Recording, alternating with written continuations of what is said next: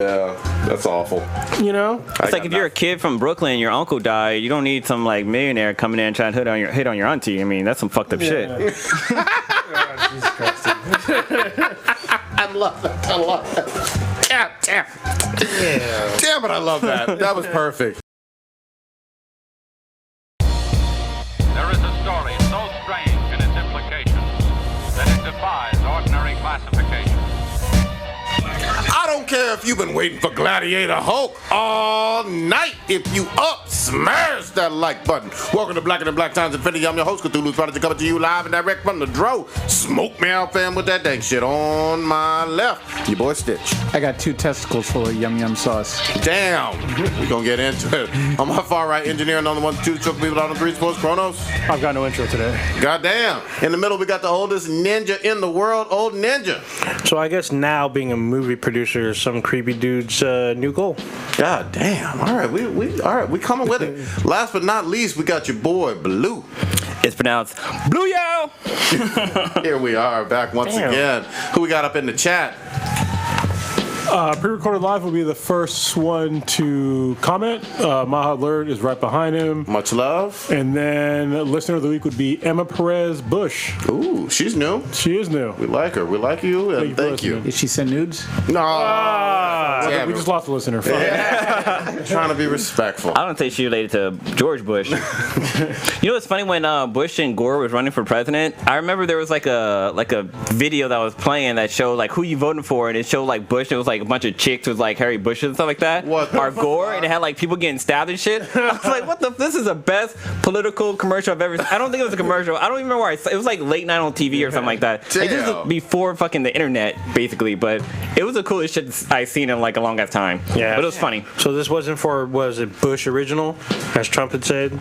I don't remember. It was Bush versus Gore. That's all I can remember. I don't remember which Bush. Yeah. Bush Jr. Old Ninja, do we have any Hennessy that we're pouring out? I missed anything that may have come out, but as far as I know, no. So nobody died in the past week.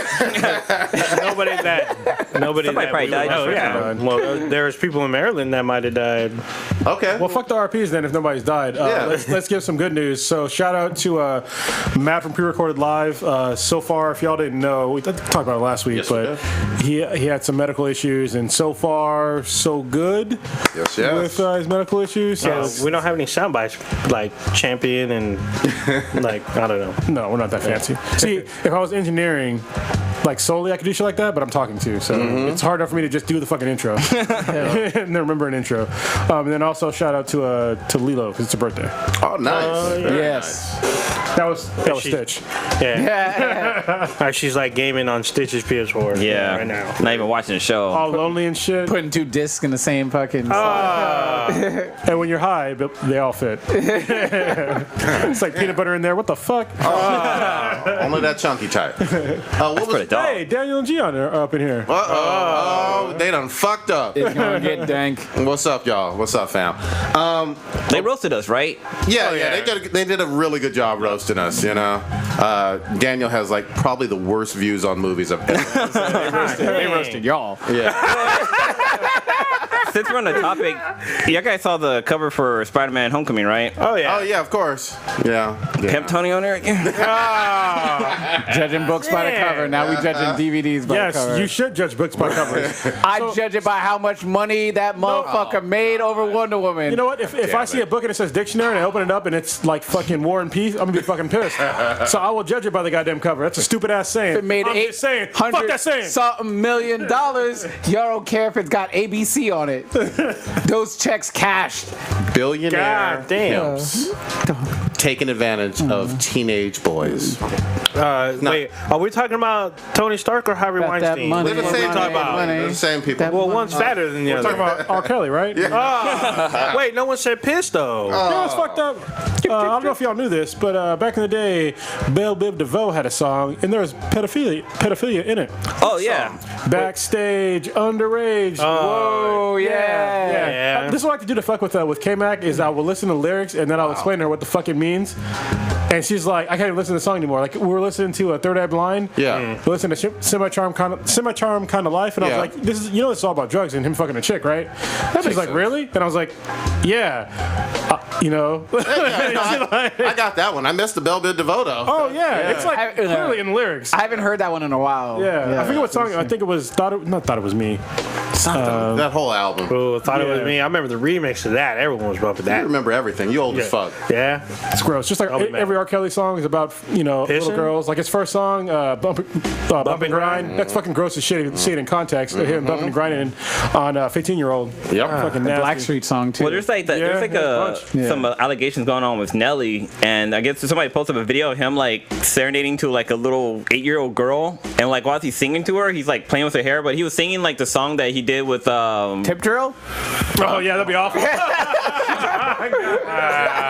Holy shit. No, the one he did with the chick from Destiny Child, Kelly Rowland. Yeah, he's like playing with the little girl's hair. I'm like, dude, that's like so fucking awkward. Like, how do you sing that song to an 8-year-old while you're playing with her hair and it's like he's like up to her face? It's like fucking weird. That's a bad look. The entertainment industry has a problem with like pedophilia, and also just like sex shit, just like in general. Just what like, do you mean? Well, look at the Harvey Weinstein shit. You know what I mean? That's like not uncommon.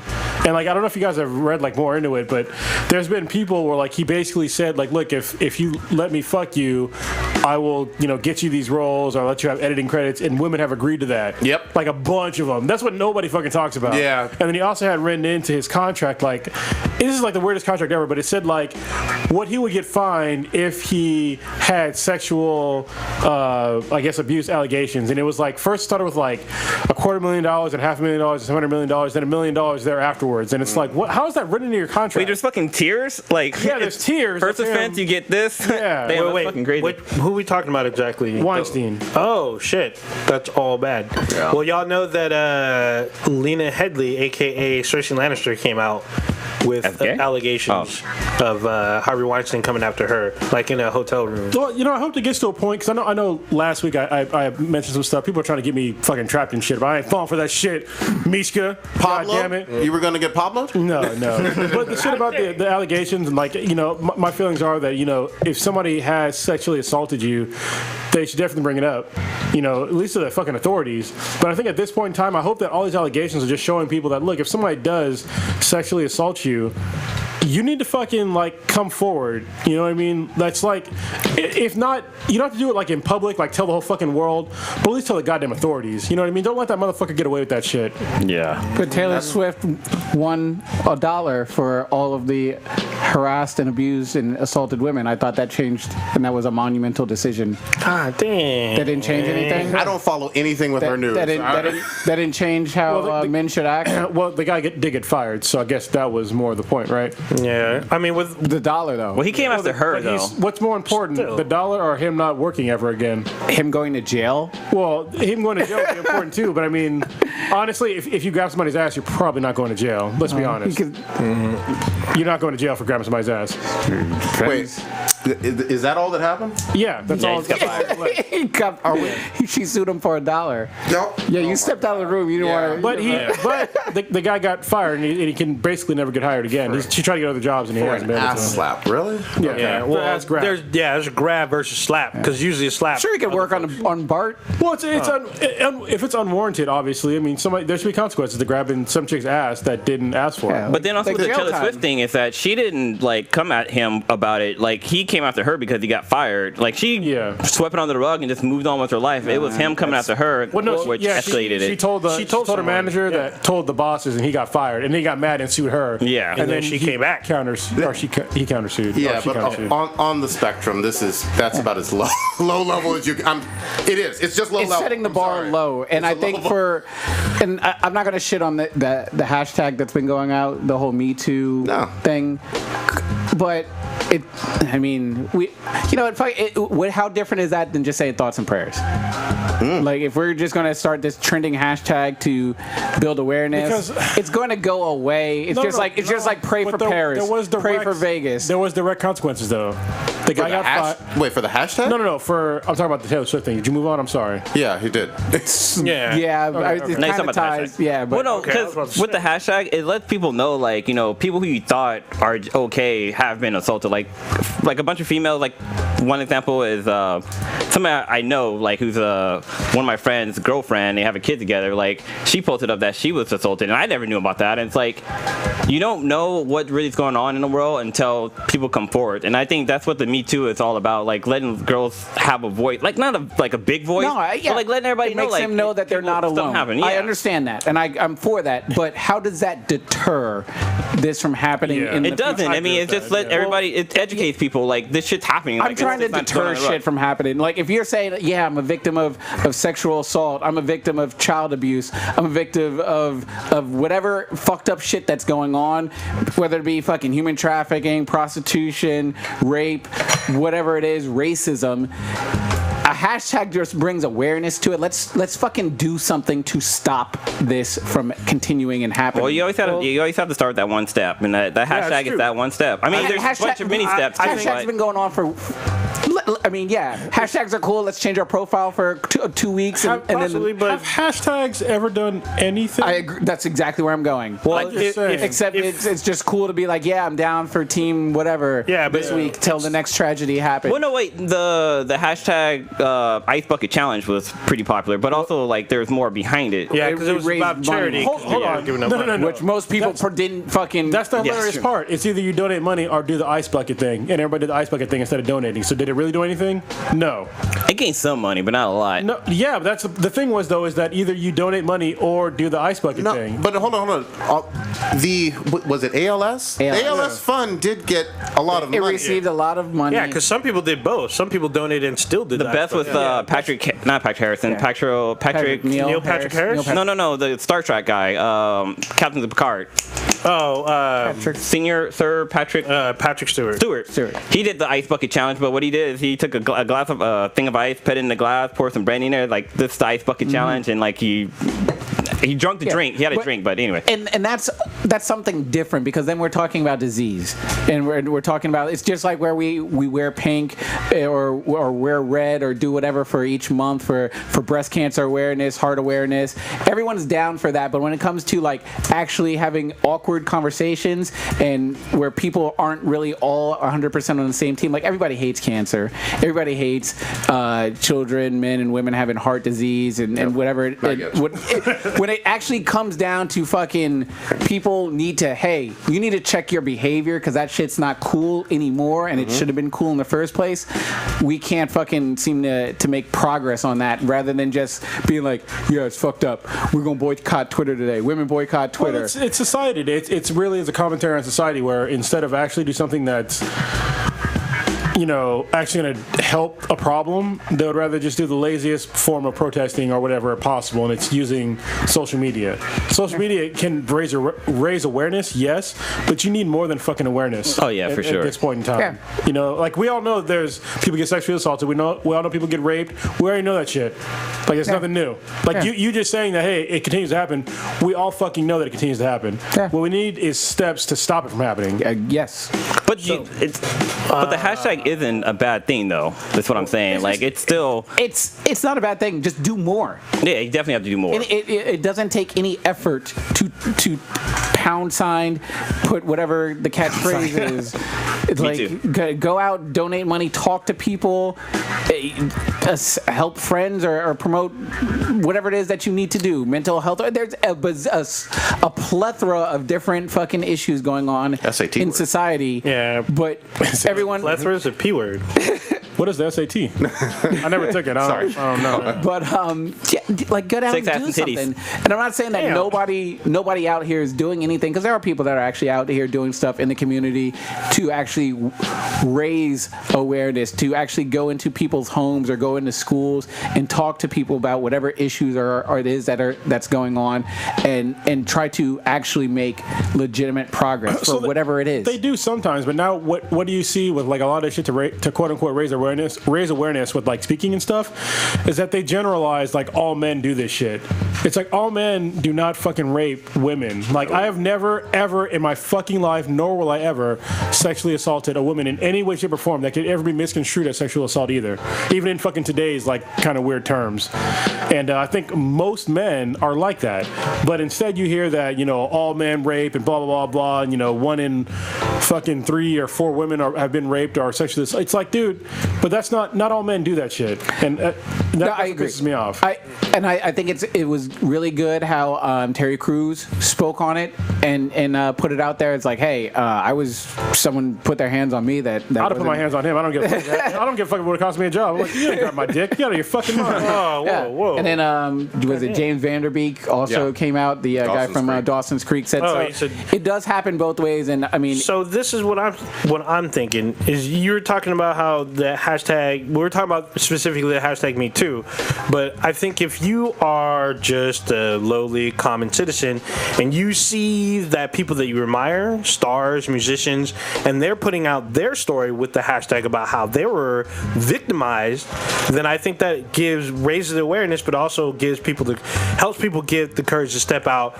and either tell their story or potentially do something. You know what would be more powerful? Instead of saying Me Too, saying, yeah, it happened to me too, say Me Too as in I talk to my young kids and my teenagers about sexual harassment, and I let them know that it's not right, don't take it, and report it to somebody, and don't just let this shit slide. That's what Me Too should be about, to raise awareness so other people don't become a fucking victim of this shit. Yeah, I agree.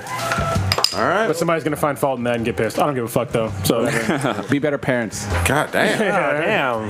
Well, you think you are a better parent. Happens when I eat raw chicken. You do. You go raw. What is going on? We mentioned at the very beginning something about Maryland. I don't know what's going on. Tell me something. Yeah, what happened in Maryland? So there was a shooting out in Maryland. The active shooter was earlier this morning. Another fucking shooting? Yeah, I believe 2 were dead, and then he was live for a minute, and then one of the people that woke up from. What do you mean he was live for a minute? Because they couldn't find him. Oh, I thought he was like. Yeah, he was an active shooter. Sorry, he was an active shooter. Way to put that. Yeah, it was. But he was an active shooter, and then one of the victims said they knew the shooter.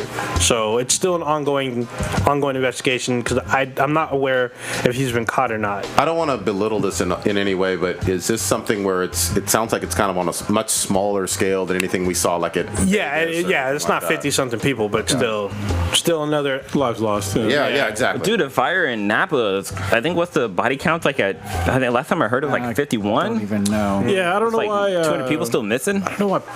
Honestly, our president hasn't come down and said like they Exactly need to come right. down to the area because like it's literally it's a emergency, state of emergency up there, and there's more fires here in California as well. There's literally fires to the northeast and south of us right fucking now. It's kind of crazy. Yeah, one of my friends posted up a picture from Disneyland, and they have a fire down in LA area, and like you could barely see the sun. It's just covered with smoke. Yeah. But it's what's so crazy is that there was a picture that was posted. I don't know the credibility behind the picture, but it had like a map of states who firefighters are coming to Napa to help fight fires. And I think there was some of the fire team from like San Diego pretty much drove like 8 hours to come up here to help fight the Napa fire. But the thing is, though, is that most California firefighters are not. I talked to my brother is a firefighter. He's a chief, I think, or captain, one of the two. I can't remember. Anyway, he told me that most fire stations are not going to from California are not going to send trucks or crew to Napa or anywhere here or anywhere for that matter because of the danger that already lies in their own region. Oh yeah, because if they send resources, because there's already going to be there's fires across all California right now. Makes sense. Yeah, there's like a lot of out-of-state firefighter. There's also an article I saw about how like they have prisoners help fight in the fire too. Oh, yeah. I saw that. Actually, and I guess people are getting mad because they're saying like they're not getting paid for that. I'm like, they're fucking prisoners. They're getting paid. They're getting paid like $1 an hour. Yeah, they're getting paid, but second of all, they're prisoners. They committed a crime. They're doing the time. So honestly, I'm sure they're happy to get outside. Yeah, so, do something different. Yeah, because there's particular laws and whatnot about being an inmate and being able to make an income. Yeah. So there's some like laws around that. Like they're not allowed to like make money, especially the one that they passed a few years ago. But like you're not allowed to make money off your crime. So like selling memorabilia, stuff like that. If you were a criminal. Oh, Jay. Yeah, that's what you're talking about. I didn't say names. You mentioned. I mean, I knew you were talking about. I didn't say that. There's other folks. I mean, there's. You know. Hey, the juice is loose, by the way. He is loose. Hey, let's jump. Since we're already talking about controversial topics, let's jump into something from last week that was right after the cast. I got into a shitstorm on Facebook with this bullshit. The Boy Scouts of America are now going to be allowing girls into the troops or however you call their divisions, however you call that. They have like rankings or age groups or something like that. This is a drastic change, obviously. Obviously, the Boy Scouts were obviously only for boys. I've seen quite a bit of people saying that it's a good thing in some ways. I don't quite wrap my head around that. I don't know shit about the Girl Scouts. I didn't have any sisters growing up, and I didn't talk to a whole lot of people who were in the Girl Scouts per se. But it sounds like the stories of women who were formerly in the Girl Scouts varies drastically from region to region. Meaning, some of them did exceptional jobs on camping, rope tying, all that other stuff, and some of them just sold fucking cookies. Has anyone been in the Boy Scouts in here? I have. Okay. No. I was a Cub Scout and then a Boy Scout. Okay. Because I'm completely ignorant to what each group does, and it has that. I assume it's changed over time from our childhood to now. So I don't know what it is activities that they both actually do. So I might actually just like sit this debate out because I don't know what they're doing and what they want to do. This is a problem with like the progressive shit that's going on right now because they've already allowed in before. I don't know if y'all knew this, but so the Boy Scouts were started by the Mormons, right? Mm-hmm. And so they always had ties to like super religious shit. So before you couldn't be a Boy Scout if you did not have faith in a higher power. That was one of the things, and you couldn't be gay either. So they changed that a couple of years ago that you could be gay in the Boy Scouts in the Boy Scouts, and now they're doing the girl thing. But it's weird to me because I think at that age it is appropriate to me, just from a biological reason, to separate boys and girls. Once you get to like a certain age, you hit puberty. It's super fucking distracting having the opposite sex there. And if someone wants to argue that with me, I guess fight me because you're fucking stupid.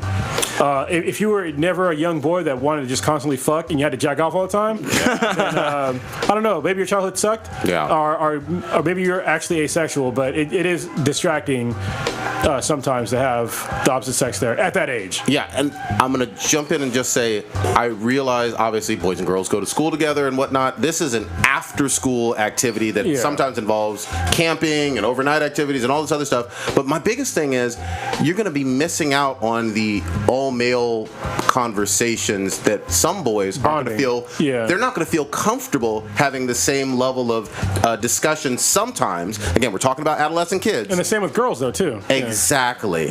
I don't see the... Who's going to sell me cookies in the spring? Like, I mean, they'll still be fair cookies. What's going on? It would have been... my cookie. It would have been more appropriate to change both of them. Look, if there was a problem with girls that went to the Girl Scouts, are like, look, we want to learn certain things they're not teaching in the Girl Scouts. Change the Girl Scouts then to be more like the Boy Scouts, or just integrate a little bit more, which I think you were mentioning that they are in certain troops.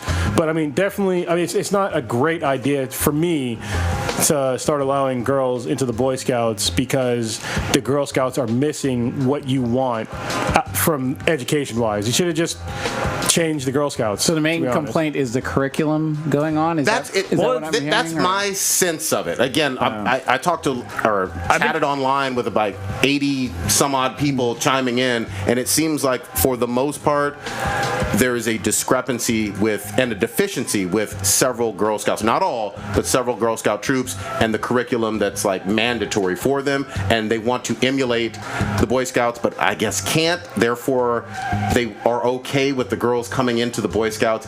It seems really confusing. Are they okay with the boys going? So that hasn't been touched upon. Okay. Yeah. But it doesn't seem like there's any demand for that because either. Boys, for the most part, they don't give a like. Almost no boy wants to join the Girl Scouts. Yeah. Like, we just don't give a fuck. Like, men and boys, for the most part, don't really give a shit about a lot of stuff. Like, to be honest with you, and I think and you can see that just in like society today. Like, women, I don't want to generalize, but Which is honestly, we don't give a shit about a lot of stuff that some people just find really fucking important. There's differences between the sexes. Imagine that. You know, even in 2017. Well, I know the leader of the Girl Scout had came out to saying that she doesn't like that the Boy Scouts are allowing girls to join their group because they feel like it's just like a marketing thing to be able to like kind of. Cause the enrollment to Boy Scouts has been dropping over the years, and they're trying to find out a way to get more people in there, and by them allowing girls into the Girl Scout or into the Boy Scouts allows them to have more people in there and kind of more revenue and numbers and stuff like that. What's the age range? It's like for scouts. It goes all the way from like I think kindergarten or first grade all the way to high school, the end of high school. Yeah, and then I believe once you're 18 or 19, you become Eagle Scout, something like that. I think that's still. I think high school. The end of high school. 18. Why? There are Boy Scouts. Join the military. Well, no, I mean some of them do. Yeah, but I'm saying at that age, but you can do Eagle Scouts. It also looks good on resumes and whatnot for college applications. People do it for a variety of fucking reasons. They're like legit like life survival skills. Yeah, sure. Rope tying, knot tying, stuff in how to start a fire, all kinds of stuff. There's I remember our Cub Scout handbook had how to tie a tie. Yeah. Oh shit. Only hookers. So actually, I'm gonna say that I actually am okay with the Boy Scouts allowing girls in there. I don't mean like them being in there all the time. Like I'm cool with them having like every like some events or like the girls are able to participate in like a mixer basically. Fine, yeah. But like so Prodigy, you have a boy and a girl. Yep. So say your son is going to Boy Scouts and your girl's going to the Girl Scouts, and the son's coming home. He's like, Dad, look what I built in Boy Scouts and blah blah blah. And your daughter's like, wow, all we did was fucking colored in or stuff like that. And she's like, I want to do that too. And she wants to be a Boy Scout. Like she wants to join a Boy Scout. I mean, yes, the Girl Scouts can improve on their system, but it takes time to implement those changes. So would you allow your daughter to do the Boy Scout stuff with her brother since they're allowing it? I would not. And here's my thing. If in that scenario, and it's a good scenario that you brought up, I would demand from the Girl Scouts, hey, either teach these skills or my daughter's coming out. Or you could just teach a kid yourself. Yeah. I mean, you could do that. You try to teach, or when Logan, or my son Logan, is at home, lurking on some of the things he learned or whatever in the Boy Scouts, try to teach your sister too, along with Daddy, and let's do it that way. But if the Girl Scouts ain't shit, then you got to leave. I mean, you're also paying for this too. You know what I mean? It's not free. Oh yeah.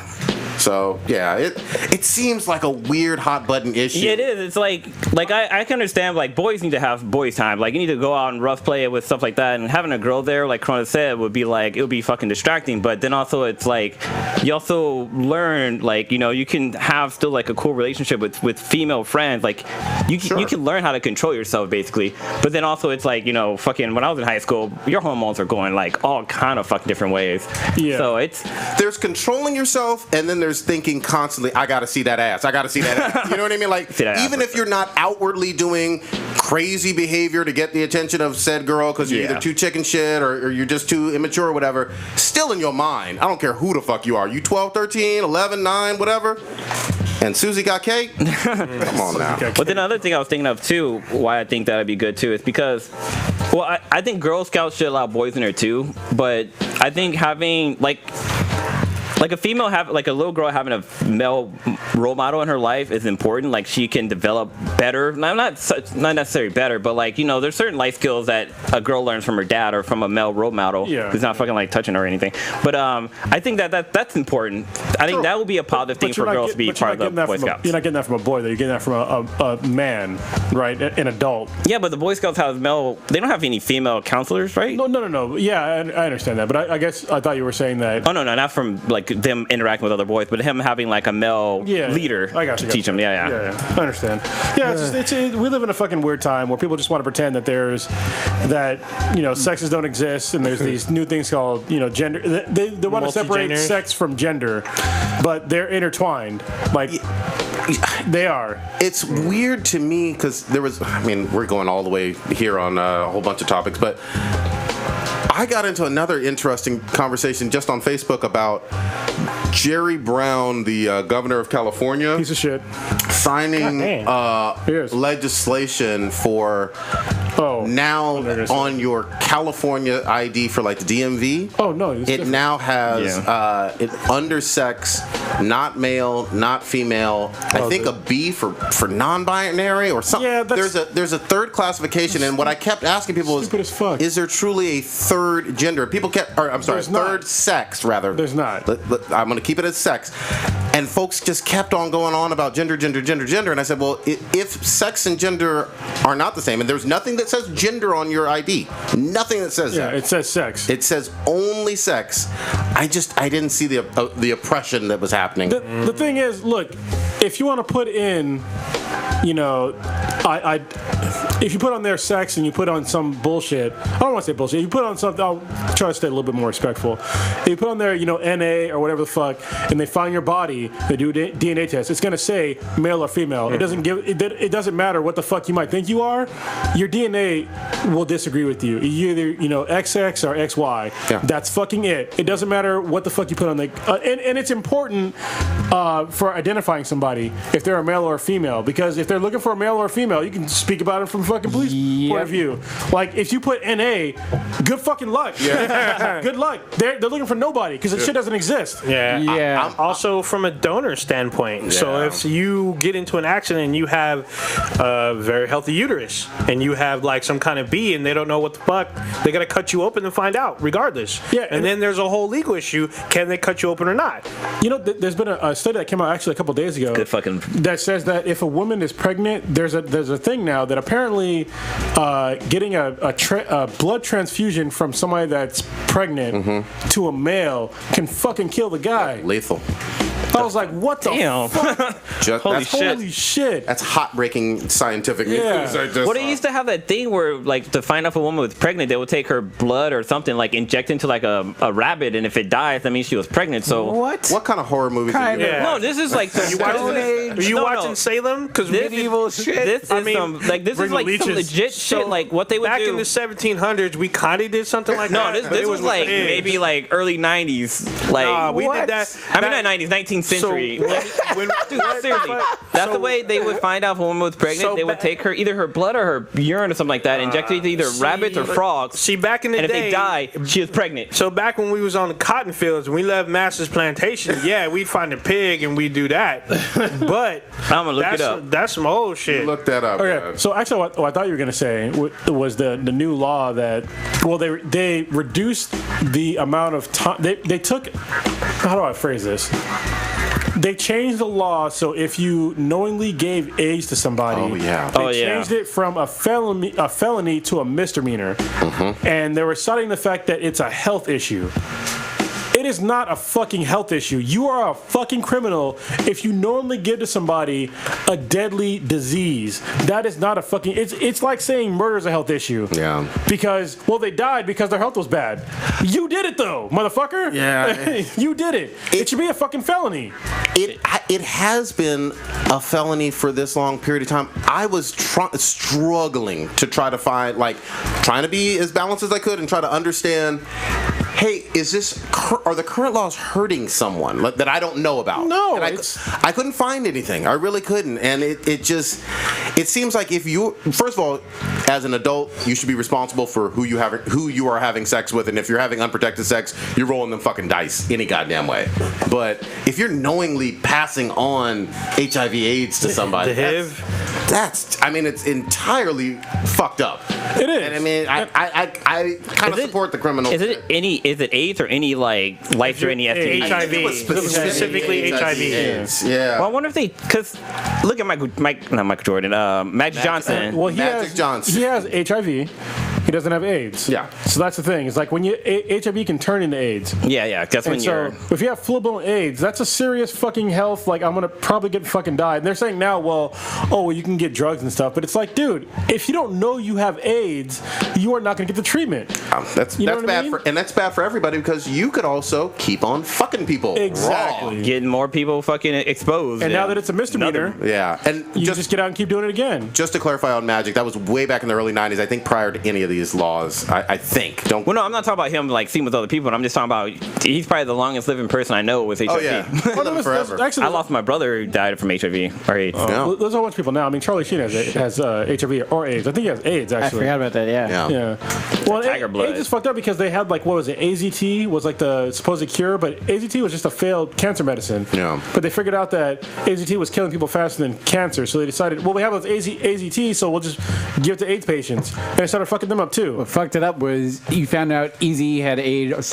He had AIDS on Tuesday, and he was gone on Friday. Yeah, he died. He was yeah. And I was like, holy shit.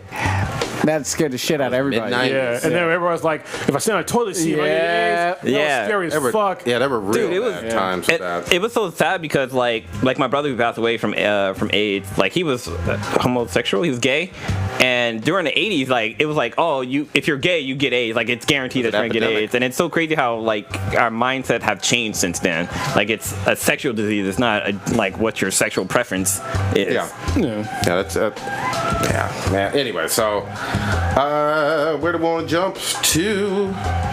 Can we get into something geeky? I mean, the Black Panther trailer dropped, and Wait. Did. So back to the pregnancy frog thingy.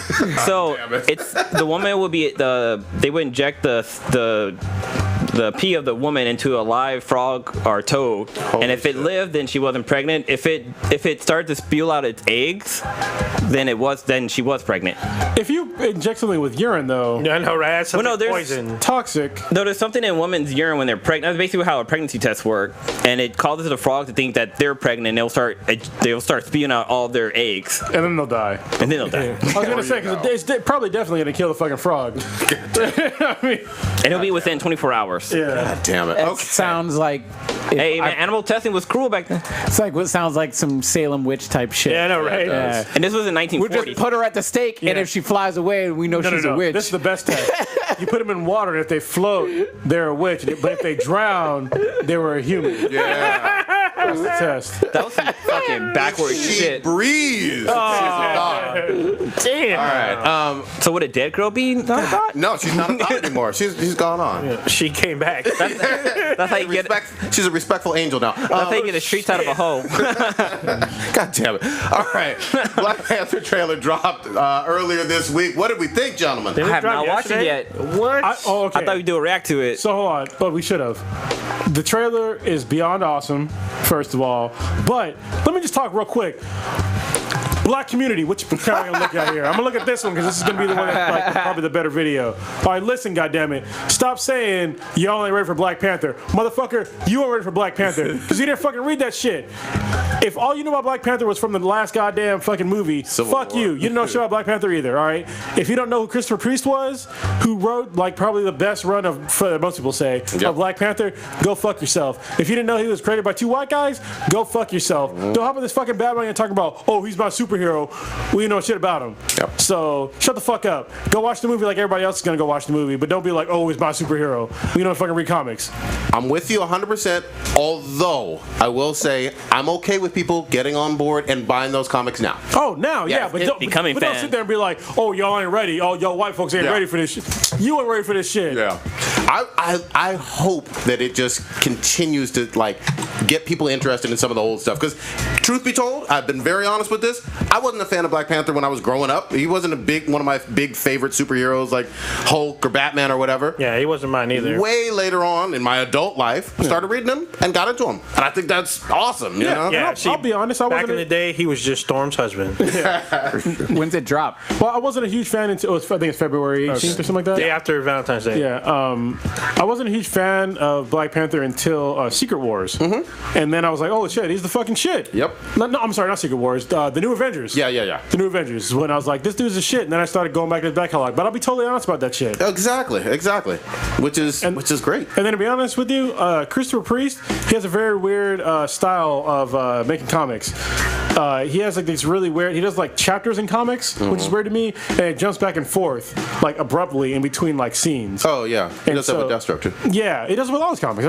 That's his style, and it takes a little while to get used to. So, like for me, I can't like quick read a Christopher Priest comic. I have to like sit down and like really concentrate on reading it to like catch up to like when he's jumping back and forth.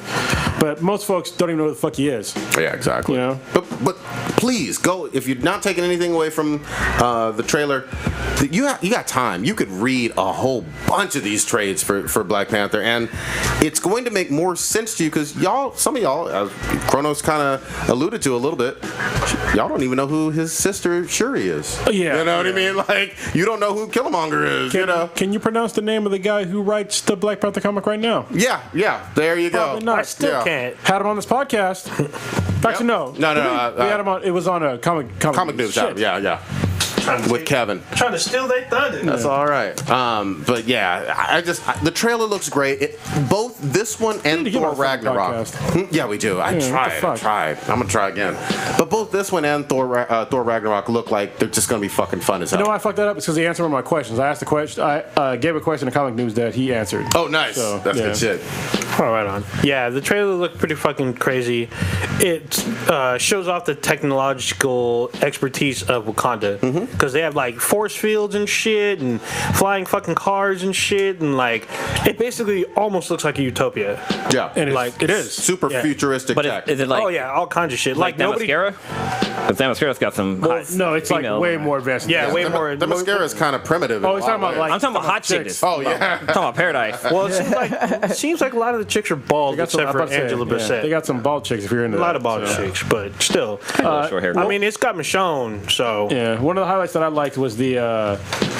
Because one of my complaints about when he was in Civil War was when he would put on his helmet. Yeah. And I was like, well, in the comics, like it kind of like it has like this like grid appear on his face, and they did that in the trailer. Yep. Like the purple like grid coming over his face, and then the helmet appears, and the same thing with his whole suit. It's like a whole like grid thing that appears on him because he always has it like kind of tucked away, but he can make it appear. It was pretty dope. Like they took it like ripped straight from the comics into the fucking movie. I mean, he still put on the helmet a couple times, but still, it's like there's like a special like thing to use it to put it on. Exactly. Without his hand. Didn't they show a shot where he had like several like different kind of like similar suits, but they were like slightly different? Looked like they showed that. Yeah, and he actually has special suits for special situations. Like he actually has like a quote unquote Hulkbuster suit that he used to subdue Amadeus Cho. Did he have to fuck Tony Stark to get those? Or was he a teenage boy or anything? He has his own. So he's richer than Tony Stark, and he's actually smarter than Tony Stark. Is he going to be calling Tony or happy at any So point? essentially,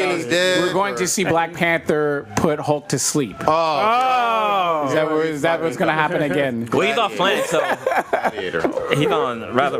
He's going to play with Bucky's hair. He's gonna comb it with his claws. Oh yeah, because like Bucky is in like a dull state right now, and be like, one arm Bucky. Yeah, my pretty doll. We get another Winter Soldier with the girl from Luke Cage, right? Does she become Winter Soldier? Well, actually, you know what's funny? You're talking about Misty Knight. Misty Knight, yeah. So she actually had the arm before Bucky did. Oh, she did. I didn't know that. In the comics.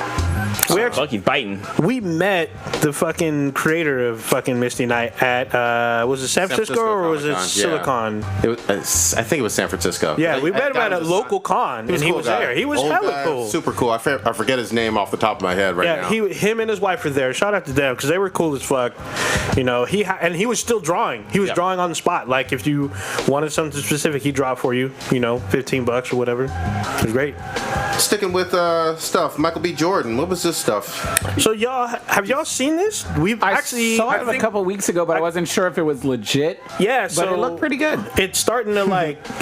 I'm not sure if there's a fake trailer on Netflix, but people were talking about this last year. At least the comic. How could there be a fake trailer on Netflix? Because people have done fake trailer about kind of like that Addams Family thing that we see, where people just like piece together random shit, be like, "Oh shit!" But it was on Netflix. Yeah, it was on like. I didn't know if it was on Netflix. No, people were like, "Oh, it's coming to Netflix." Yeah, they do that, and it'll say coming to Netflix. Okay, you know, but this it's not. year. But you didn't view the trailer on Netflix. No. Okay. No. Old Ninja has trouble with words. We know that. Yeah, the same thing what they did with the Old Republic thing. Anyway, this is based off the comic Raising Dion. So Michael B. Jordan is producing this superhero drama. I thought it was going to be animated, but I guess this is live action, where it's all black family. It's basically a single mother raising a child who has superpowers. Oh, okay. It looks really cool. Like, I highly suggest you check out the trailer for it. But there's a real trailer and versus the fake trailer. I don't think there's just a fake trailer that I should watch. I think there's just a fake trailer. I saw this trailer, and I can't think of the actress's name that's in it. At first, I wasn't sure if it was Regina King. Oh, okay. But it looks someone that looks really familiar, like similar to her. But it's about this, I guess, single. I don't know. Is she single black mom? She's a single mom. Single black mom. Yeah, and she's raising this sort of kid. Maybe it's like 5, 7. Yeah, he's like he develops superpowers, and you see him like sort of like just being like a single mom trying to Dion, raising Dion. Yeah, and just doing sort of it's just 2017, so we're almost out of time here. Yeah, exactly. This is on Netflix site, so this looks like it's confirmed. The trailer looks really, really promising, really good. I did not see. I have really good hopes for it. So, but he's producing. Michael B. Jordan. Kid's got I know he's got like teleportation power. Actually, no, I do remember seeing this. This came out like maybe back in January. There was a trailer for it. Oh, I don't know. It's a little black kid, right? Yeah, he's like a little, very little. Yeah. This was they aired it during something. I remember seeing I remember looking at it right now. I remember seeing a commercial for teleportation. Like, I don't think he has his powers manifested in one area. He's just sort of like developing it as like a 6 or 7 year old would, which is like really cool to see because the kid's obviously like playful with some stuff and like reaching for cookies, and the mom's like not even looking, like, put that down, Dion. So it's like, it's real funny. Is it? I think you mentioned it's based on a comic. This is based off a comic. Based on a comic. Is this an Image comic? What do we know? Because it doesn't sound like Marvel or DC. At least not that I'm familiar with. I can't remember off the top of my head, but I've seen it is part of Indie Planet. Okay. So it's an indie company. It looks like.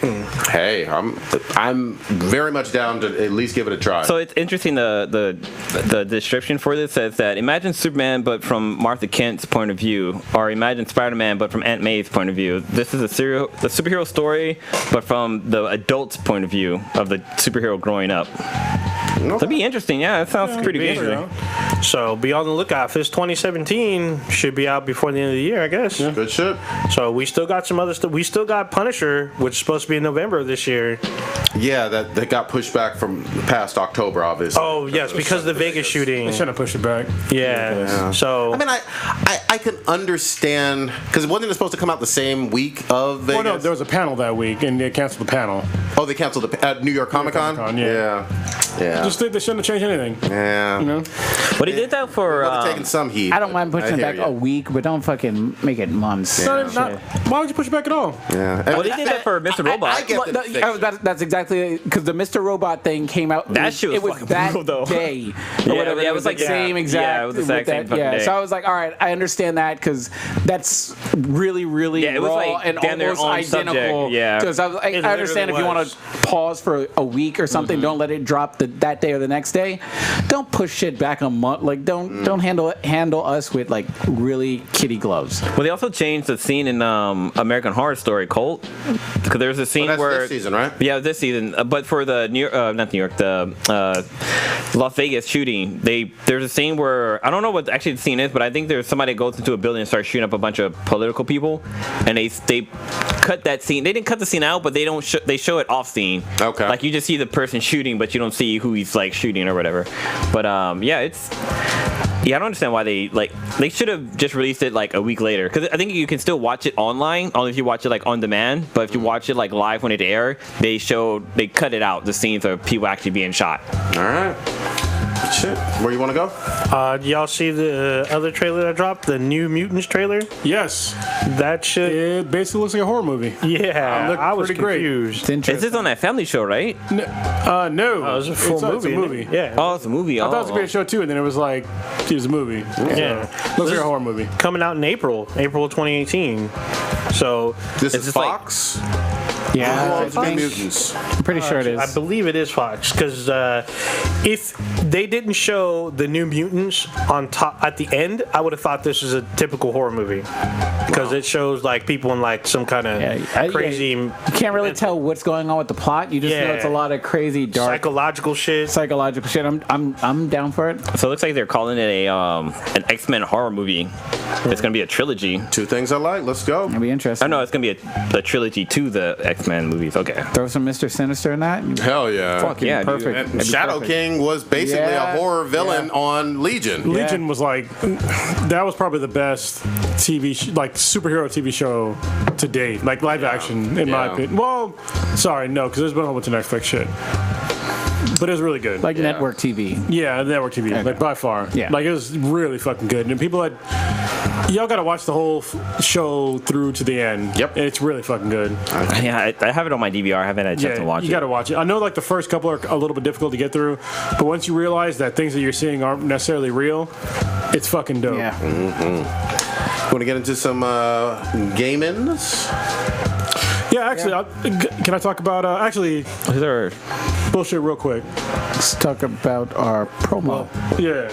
Well, is that what we're about to do? So you know what, You guys? like You know how gaming. I've been playing games As much. as I like Yeah. gaming. Well, the problem is because it's so expensive playing games. I wish there was like some kind of service out there. and if where- that service was like able to be hooked up to us with like a discounted rate. Yeah, yeah, that'd be great. Like a whole month free or some shit like that. Yeah, holy That'd be awesome. 30 days free, I probably would be hooked for Yeah, sure. I think 30 is a fair just Isn't deal. there some new games that just came out? Maybe if I could just Yep. put in like a simple promo code to get it. I know you guys are already talking about Destiny, and I don't know. we I've got heard it before. We got you covered, y'all. Gamefly. Gamefly, what they do is they're a monthly subscription service where they send to you a game, and when you're done playing it, you send it back, and they send you another game. Basically, you make a list of games that you want to play, and they send you the first one in the mail, and then you play it, and when you're done, you send it back, and they send you the next one that's on your list. It's a pretty awesome service.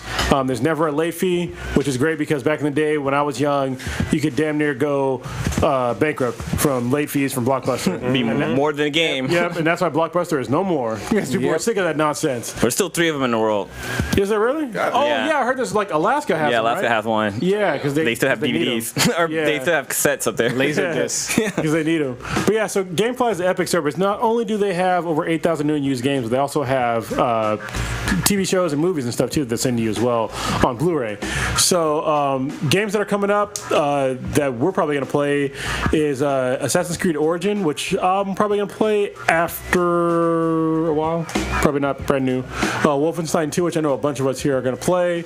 Call of Duty World War II, which looks good. I'll probably play that one. Dark Tower, which is coming out, even though that's a movie. But even though it did get that great reviews, I still want to see that movie. Yeah, it got Idris in it. Yeah. Hey, all right.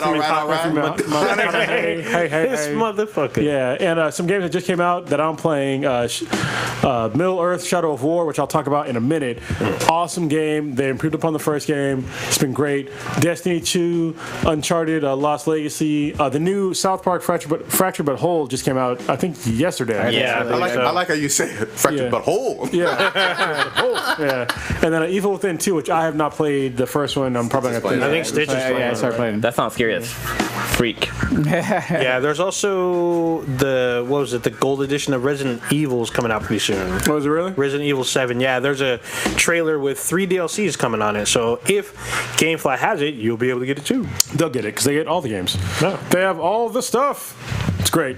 And in case you're wondering, they have pretty much every console you can imagine, even back to the old consoles. Xbox 360, PS3, PS4, the new Xbox One, even Nintendo Switch. Fire Emblem Warriors is coming out later this week in a couple days. Nintendo's really weird. They release their stuff like whenever they feel like it.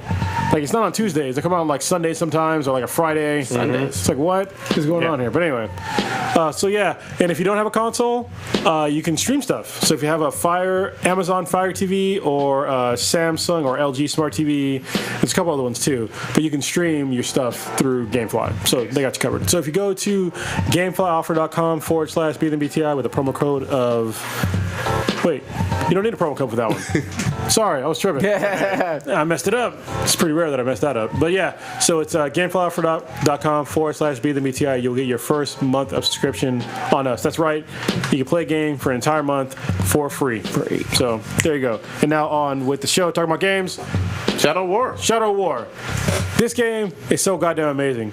I'm thoroughly enjoying myself. The first one was it wasn't super easy, but it was pretty easy, right? I was listening to pre-recorded live, and they were actually talking about how it was really easy, and I can understand. Matt, if you're listening, you are listening because you're in the chat room. This one's harder, all right? Okay. And it's at first, it seems like it's not that hard, but shit accumulates, all right? And so what I mean by accumulates is you're going to start just murdering orcs. And you were like, I'm cool, I'm murdering these motherfuckers, fuck these orcs. Yeah. And then all of a sudden, you're gonna notice, you're gonna reach like a captain, and then somebody you murdered is gonna run up on you. Oh. Like out of nowhere. Like Joey Badass did in Mr. Robot? Oh yes, it might fuck you up too. Happened to me a couple times. So this is literally happened to me more than one occasion, but this is one in particular, where I was on a mission to slay. This is before I had the power to like control orcs.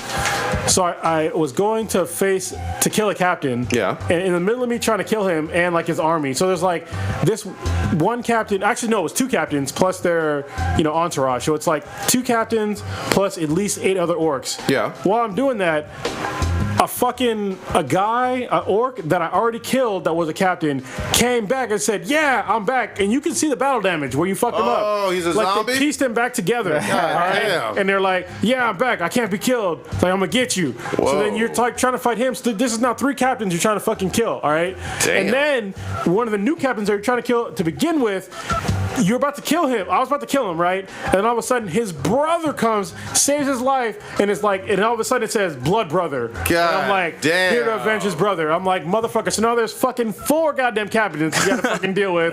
Plus the goddamn entourage.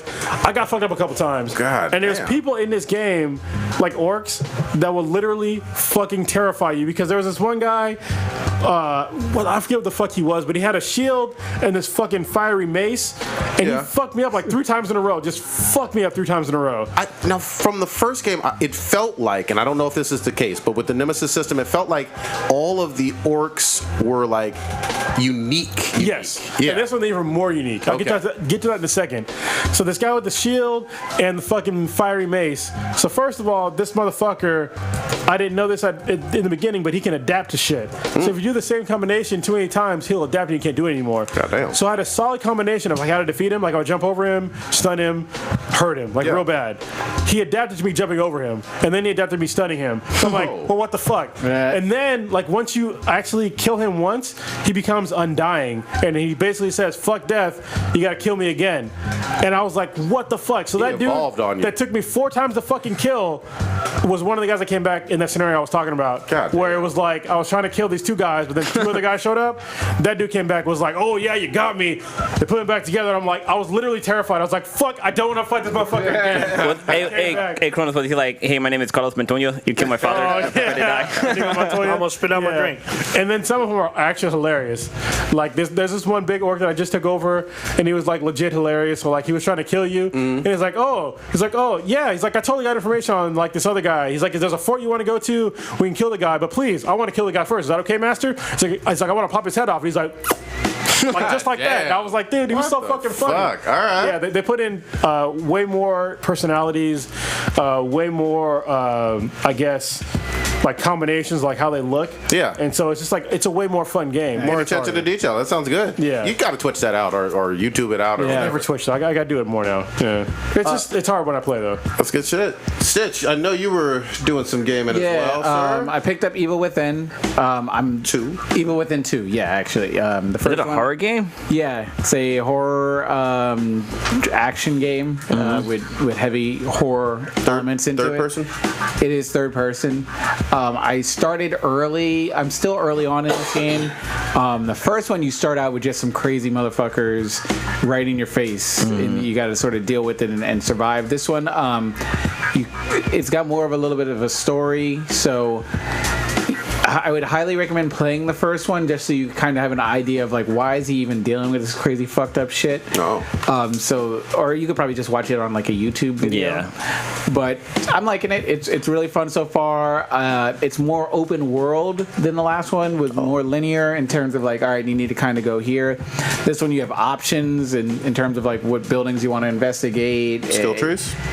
Yes, there's skill trees in terms of like, because your ammo and your resources are very limited in the game, which I really like. Your reticle that you normally shoot with is constantly. Yeah, I was like, what the hell? Your reticle. Whatever. Your rectum. Like, It's constantly sort of swaying, so you have perks to like steady that shit out. Houseway. And you need to hit these things with headshots. And I cranked it up on difficulty because I saw the trophy level gives you more on the high difficulty. So I was like, all right, super max that bitch out. Well, now let's get specific. Is there a trophy per level for the difficulty? Or I love that. Good. Yeah, so if you beat it on hard, you get the medium one and the easy trophy as well, which is nice. It's fine. It's fair. That's good. So I'm liking it so far. I've only faced one major boss thing. All right. And I don't even know how to describe it. But there's some pretty mutated looking fucking deadly things that are trying to fuck you up. I watched a couple review videos before I bought it just to see if it was actually a legit game. I'm kind of mad at myself for doing it because I got a little bit of a sneak peek at some of the bosses to come. Yeah, that sucks. And I'm just like, shit. I was like, I would have been freaked out if I had just seen that just pop out at me. But I'm really liking it. Also, I jumped back into Wildlands. Wildlands opened up PvP 4-on-4, and I love it. It's awesome. It's Ubisoft. Yeah, and the really cool thing about it just happened to be that one of the people I used to play SOCOM 2 with back in the day found me on Facebook. Nice. And I was looking at that. I was like, I don't remember this dude. And I'm like, I don't know who's sending me friend requests. And then I'm looking at it and I was like, that's this. His name was Phantom online. I was like, is that Phantom from SOCOM 2? And he found me and I was just like, holy shit. He's like, yeah. He's like, I picked up the Wildlands game. He's like, it reminds me so much of SOCOM 2. He's like, I tried to look you up and everything. And so we linked back together. Dude, we used to meet up at like an Applebee's, like when I was in New Jersey. You seen him face to face? Yeah, Okay. Yeah. We used to like him and two of his other friends. We had like a squad because SOCOM was like 8-on-8, so we had about a squad of maybe 6 or 7 of us that all happened to just randomly live in the New Jersey area, and we would just play like crazy late night. And we actually went to like an Applebee's one time, had maps printed out of the actual thing that we were like organizing like strategies and all kinds of like strong points. It was awesome. And so he hit me back up. We were able to play and get our teamwork down together. So we're gonna get a nice little 4-on-4 squad. It's really cool because you can't just go gun ho into it. If your guy goes down, and Cronus has played the game, if you go down, you can be revived. So you do need teamwork. It's not like, all right, if you go run out in the middle, try to be a tank, and you get fucked up, you're done and you're sitting holding the controller for 6 minutes. Your teammates can come revive you. You can call out stuff to your teammates. Okay. Because it's not like your mic goes completely dead, but it's just you're immobile. Yeah. So you have a lot of different. There's about 16 different classes you can choose from.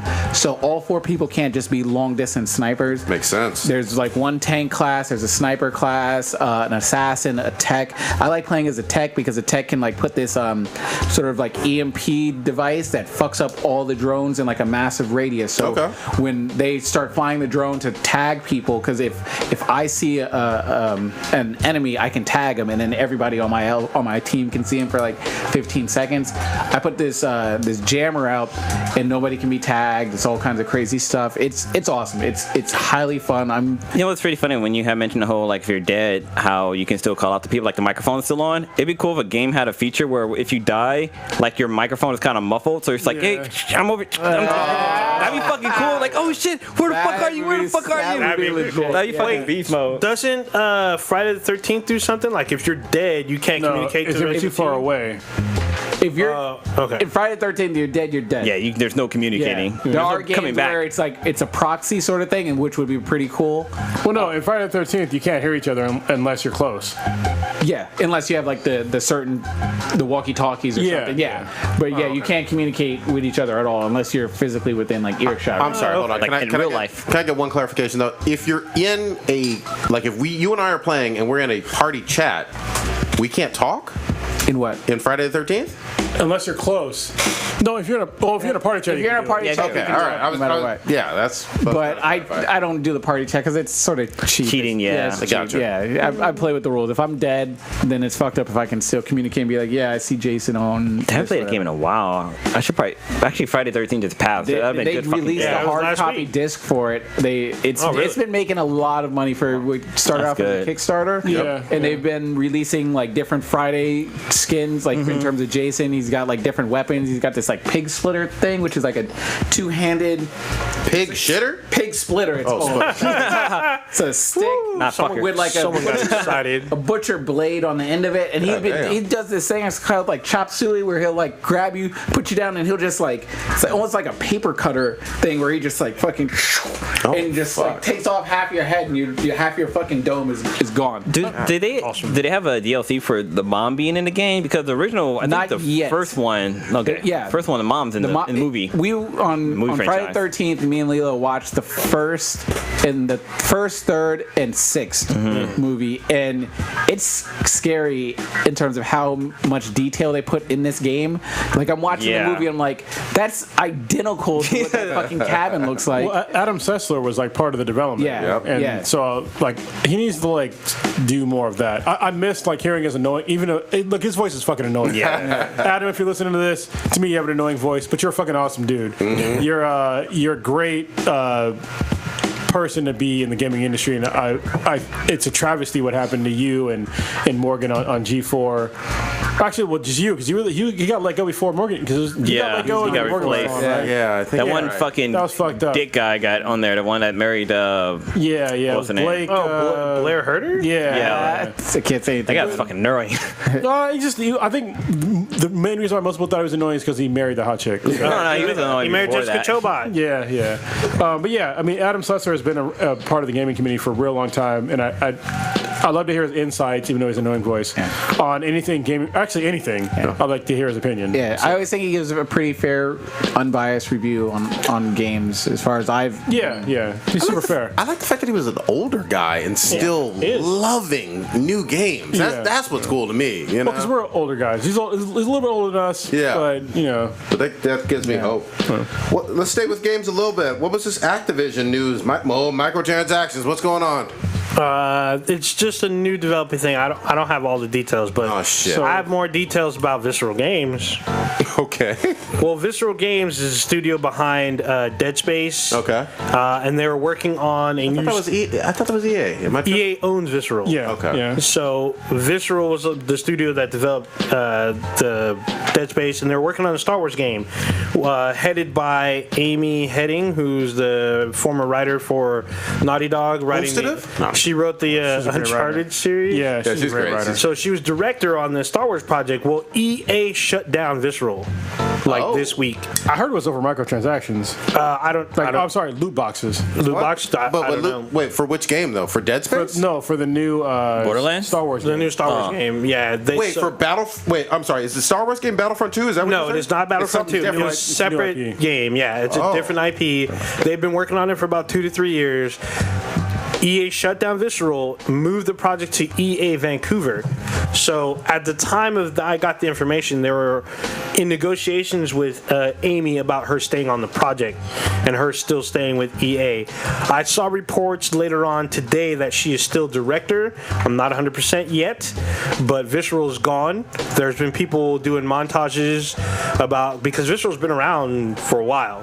Damn, And, that sucks. So the new Star Wars game, the EA Vancouver is saying the core of the game will kind of still be there because they worked on it for so long, but there's going to be a lot of changes to what it what the final product was going to be. This is the second canceled Star Wars game, like kind of back to back, because Star Wars, what was it, 1313?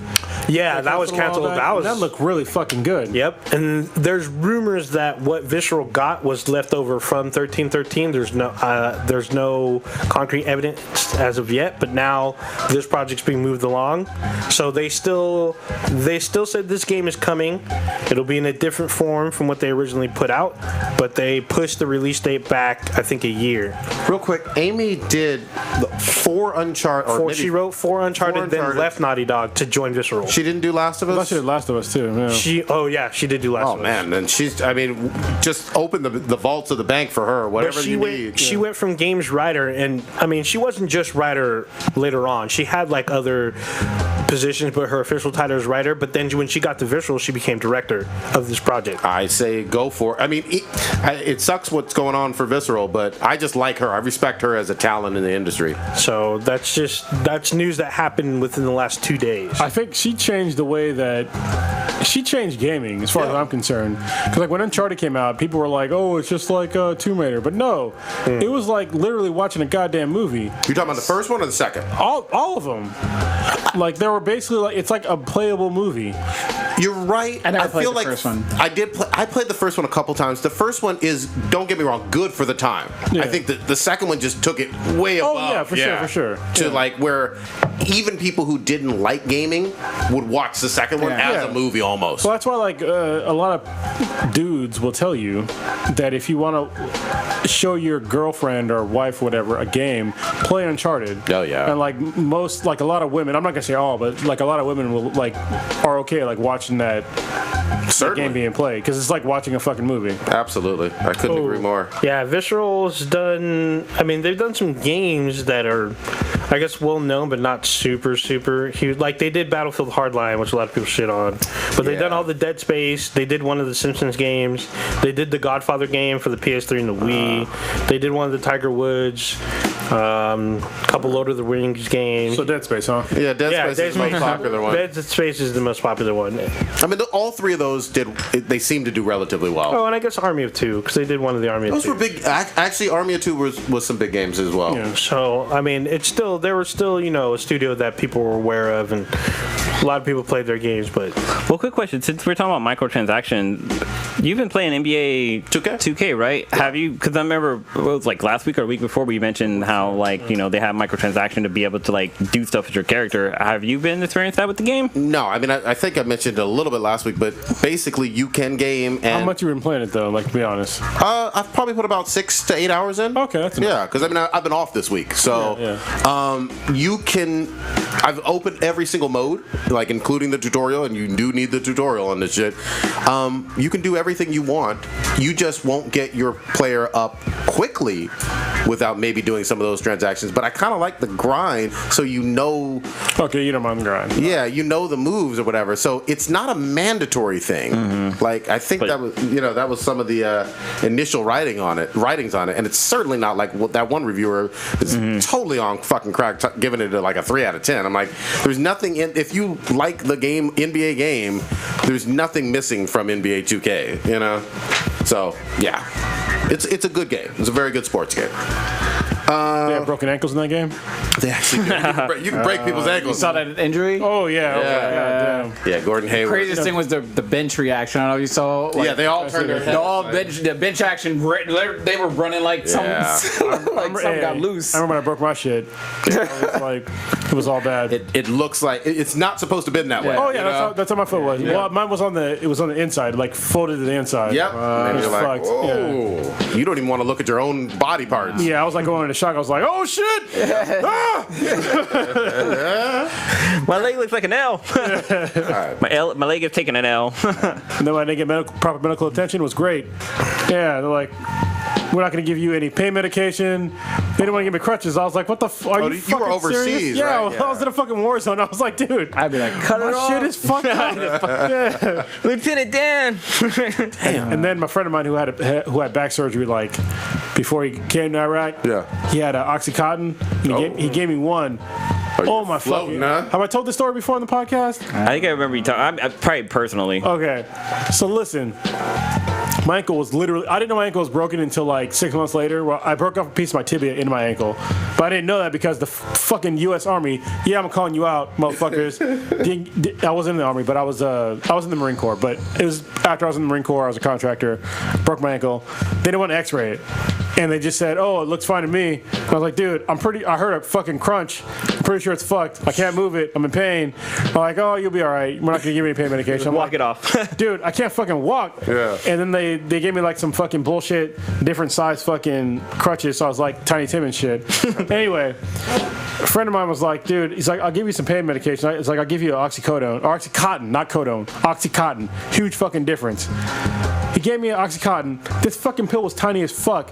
Tiny as fuck. It erased my entire goddamn day. Yeah. I'm talking about like at least 16 hours were fucking gone. And the next morning, I couldn't fucking read. I could not fucking read Your brain was the next day. That shit'll do fucking wonders. I can understand why people get addicted to that shit. I can't. I'm like, dude, how can you do more than that? How can you stay in that state for that? I'm like you can't do anything. I remember I had it for like a back issue, and I don't really ever take that much medicine. I was in goddamn the outer space. I was just fucking I was like watching my body just move and shit. That's all. I had the best sleep I ever fucking slept. I was in like Grand Theft Auto, like just doing shit. And I woke up, I felt like I had been asleep for like 3 days. Like I felt refreshed. I was like, God damn. The next day I was not refreshed. No, I was. My brain was fucked. It was like, what the fuck you doing to me? Look, this is what it's like. Imagine taking like a hand towel, putting it underneath some warm water, then removing your skull and placing it directly on your fucking brain. That's what Oxycontin is like to me. Like it just disconnected my brain from the rest of my fucking body. I was just like, what the fuck is going on? I felt great, I guess, but the next day when I couldn't read, I was like, dude, this is not right. I felt too good, and I was like, this is some dangerous shit. I was like, I just need to hurry up and get better because I can't be taking it. I know when I did Vicodin, I had some crazy ass fucking dreams. Like, holy shit. Like, the most vivid, like, ridiculous shit I've ever been in. Like, I literally dreamt that, you know how, like, this was back when they were doing the whole, this is the kaleidoscope where they were trying to smash atoms and people were complaining, or they were worried that I was going to create a black hole. Like, literally, in my dream, a fucking black hole formed. Yeah. And, dude, I got to feel what it would feel like if you got sucked to a black hole in my dreams. But of course you don't know what it would feel like. But like in my dream, the whole world and shit was getting sucked to this black hole. Like people were trying to run, but they were going no fucking where. But it was like I actually saw the sun get sucked into the black hole too, and I was like, damn. Crazy ass fucking dream. So when I was going through like my whole like gut thing, I was basically on like Vicodin or hydrocodone or morphine for basically like a year and a half. Ugh. So that shit was crazy because I had no choice. Like, it's either be in pain or take this shit. And being prescribed morphine was fucking weird. But Oxycontin to me, for like my body, was way stronger than morphine. Real quick, jumping back to the Activision thing, because this is going to be fucking weird. So Activision was awarded a patent on October 15th to incorporate a microtransactions during matchmaking. So this is one instance of the implementation. So for instance, the microtransaction engine may match a more experienced player with a junior player to encourage the junior player to make game-related purchases of items possessed by the marquee or the extra player. That's fucked. A junior player may wish to emulate the marquee player by obtaining the weapons or items used by the marquee player or extra player. So apparently, because they got this patent, they can add this to the new Call of Duty. Now, this is one version of the implementation. There's another example of the implementation as well, or basically a pay-to-win type thing during matchmaking. So basically, you can pay to matchmake with expert players or players among your skill, and it has a couple of factors in here: skill level, internet latency, availability of friends, and a few other items.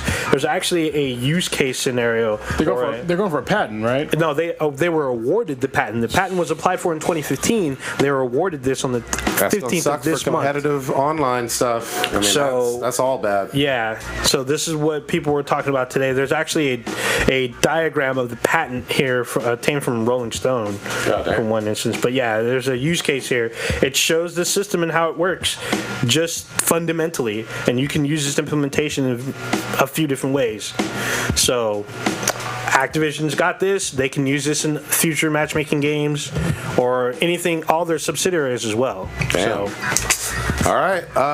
There was every single goddamn show, for the most part, is back on TV. Hell yeah. Should we... Well, except for The Walking Dead that comes back. Which is on this Sunday. Yeah. Is it this Sunday? That's right. Damn. Are you watching Fear the Walking Dead? No. Well, they're coming up. Yeah, they're supposed to crossover this season, are they not? It's supposed to they already have, like in the last episode. I haven't finished it. Yeah, I haven't had a chance to catch up on this season. Yeah, but I heard that they're supposed to cross over in The Walking Dead. They see Dr. Dre, is that what they're saying? At the crossover. Still trying to find out what happened to that dude. They showed where he got his weed from. Yeah. Oh, shit. Well, after he got through saving... A tumbleweed. Yeah, after he got through saving DC, I guess he came back to the apocalypse. Look, I'm just going to say this on shows. I love Flash.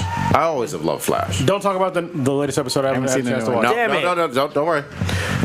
Fuck everything about this Wally's hair.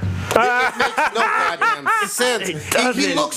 He looks dumb. Dumb. Did he not say not talk about this current episode? No, he's had this from the very beginning. He's had this hair all season 3 that they're on. Season 4. Yeah. So his hair looks like it has a fucking conch, and he has an earring now, and he just looks odd. He does not look like Wally from past seasons. Oh shit! Is this season 5? Shit, no, I think this is season 4. All right. He looks. Am I the only one? He looks weird. No, people. He's way different. He's being roasted online for his hair, so trying to do that old '60s conch shit. And they don't know what to do with him. He's not even doing anything really cool right now. Yet. But I just can't stand his fucking hair. I can't stand his look. Well, let's talk. Well, did everyone watch last week's Flash? Yeah. When he came back. Yeah, Watched last week's, yeah.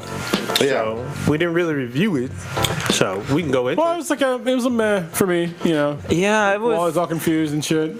Oh, not Wally. Barry, yeah, writing symbols and talking in different tenses. But he can think in attoseconds, so. This Barry definitely already seems faster and different. Oh yeah, I think he even knows that he seems fast. He's faster. Speed Force has changed him, and I don't mean just with the writing on the wall. I think we're going to see some of the classic stuff that we know about Flash from even the current comics and Rebirth and everything.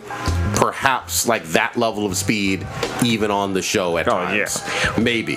Well, one interesting thing is that I don't know if I said this last week, but the reason why Barry was the way he was is because his brain is starting to think in how you said what do you think trillion seconds or some shit like that? Attoseconds. In the comics, what they call it, attoseconds. So his brain is processing stuff so fast that his body can't really keep up with it at the time. So he's thinking in the future, in the past, and in the now moment. So that's the reason why he's all kind of fucked up then. But the one thing I didn't like how fast he snapped out of it. Yeah. Iris is dated. Oh, back to Barry. I mean, but it's Irish though. It is Iris though. Them walls. I mean, shit. It was just, I guess it was kind of because he came back and he's all bearded up and shit. I mean, he was in there for 6 months, but he was, so I guess that would make anyone a little loopy or whatnot. Or he said he learned a lot while he was there, so hopefully we'll see a bunch of shit. But yeah, it was kind of interesting seeing Iris now running Team Flash pretty much. Yeah, because that was pretty much the way it was when he went to Earth 42 or something like that. It was one of those. Yeah, where it was just there was no Flash. It was Kid Flash and her, and they were a 2-man team. Mm-hmm. So that was kind of interesting. But then we see Caitlin doing some kind of I guess she's able to control not or suppress. Really. Well, not control, but that suppress. team in the bar. Yeah, she's able to suppress Killer Frost a bit, and then Killer Frost is able to come out for now, fuck people up. Yeah, so we don't really know what's going on with her. It looks like she has some kind of control because she doesn't have any devices or anything on her. Well, I can't talk about the last episode, but we'll see. I definitely like that she's back, and I like how the whole team's pretty much back together. Yeah. This last episode was really cool. Okay. Yeah, so we can't talk about this week's, but is anyone watching Supergirl besides me? I am. I'm watching it. So there's the 3 of us. The beginning was kind of meh, but now she just stopped being emo and then get back to being a superhero. Yeah, she was super emo the first episode, but I thought it was a lot darker than her happy-go-lucky season openers the last 2 seasons. Well, it's darker, but it's just because she's emo. It's just got kind of annoying quick, but it's all right. I'm still watching. So. Well, this last episode was really cool because we got to see like her perspective of fucking Krypton blowing up, and that shit was kind of like crazy. Like she's like literally like leaving her parents, and her ship's flying through fucking the planet, starting to blow up and shit. They should have put that sequence in VR. That's what I was saying, dude. I was like, this would be perfect in fucking VR. Shit, that might be dope. But yeah, that was pretty interesting. And then who else do we see? We see like this new. What the hell was her name? The chick who can instill fear in people and shit. The Lady Scarecrow. Yes, Lady Scarecrow. Lady Scarecrow. Goddamn. That's hella funny. Basically, it's power of Scarecrow scaring people. Pretty much. But more on a psychic level. Sinestro, basically. But one cool thing is that if you didn't know, like Superman, when he's a kid, he's actually afraid of heights because he can remember when his ship crash landed to Earth, and so like eventually when he starts flying, he's actually like kind of like scared to fly. Oh shit! So he's kind of his original power was just jumping really high. Yeah, I remember. But like he would fly kind of low until like he realized he was kind of invulnerable, and then he would start kind of flying farther and higher and stuff like that. But yeah, that's a little fun fact. There you go. I think it's been solid pretty far. And then Arrow started last week. I am still enjoying this fucking show. They got Slade Wilson back on. Barely though. He was only there for like one scene. Yeah. Still though, but he's still there. Versus him being locked up in the Argus prison. Hold on. So real quick, speaking of Arrow, so I think we talk about diversity in comics a lot. Well, not a lot. We talk about it sometimes, right? Mm-hmm. On this podcast, we do panels on it, and there's a new comic called Michael Cray, which I mentioned in the chat, but y'all didn't know what the fuck I was talking about. He's a guy who is in the Wildstorm comic, and it's a DC comic. And the guy, I guess he grew up in Oakland. He's a black guy, grew up in Oakland. He goes back to meet his dad in Oakland. I've heard literally nothing, no buzz about this fucking comic.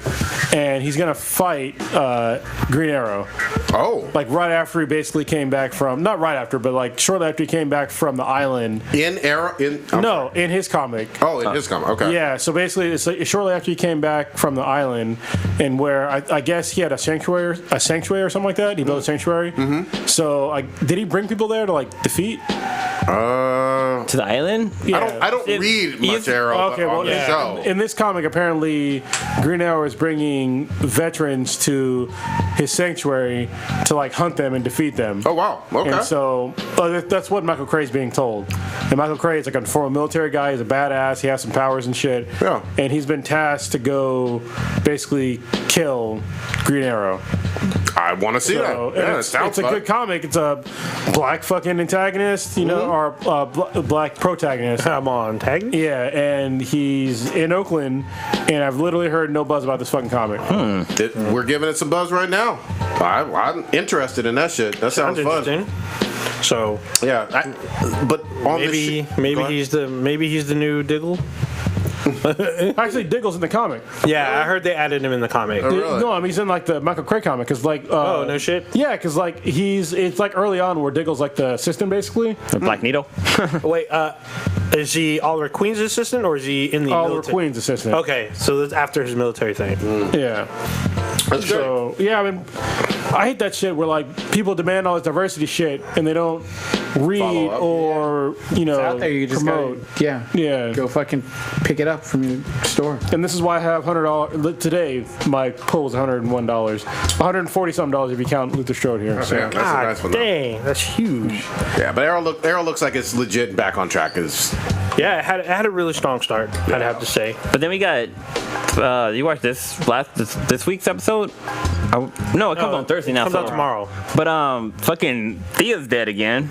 Well, she's in a coma. Oh no, she's in a coma. Nobody dies on Arrow. Everybody comes back. There's Lazarus Pits from like season 1 or 2 on. Yeah, there's either Lazarus Pit or they come in from because the Laurel that's there now is Black Siren from Earth 2. Yeah. So she's not really dead. I said this in the chat room. Tommy is still dead. I said this in the chat room, but in our offline, I said like every time I look at Laurel, man, all I can see is her with a fucking dick in her mouth. Oh, damn. Ever since the Fabining, like I actually had to go back, like I had to go back and see, like, okay, am I tripping? I had to revisit.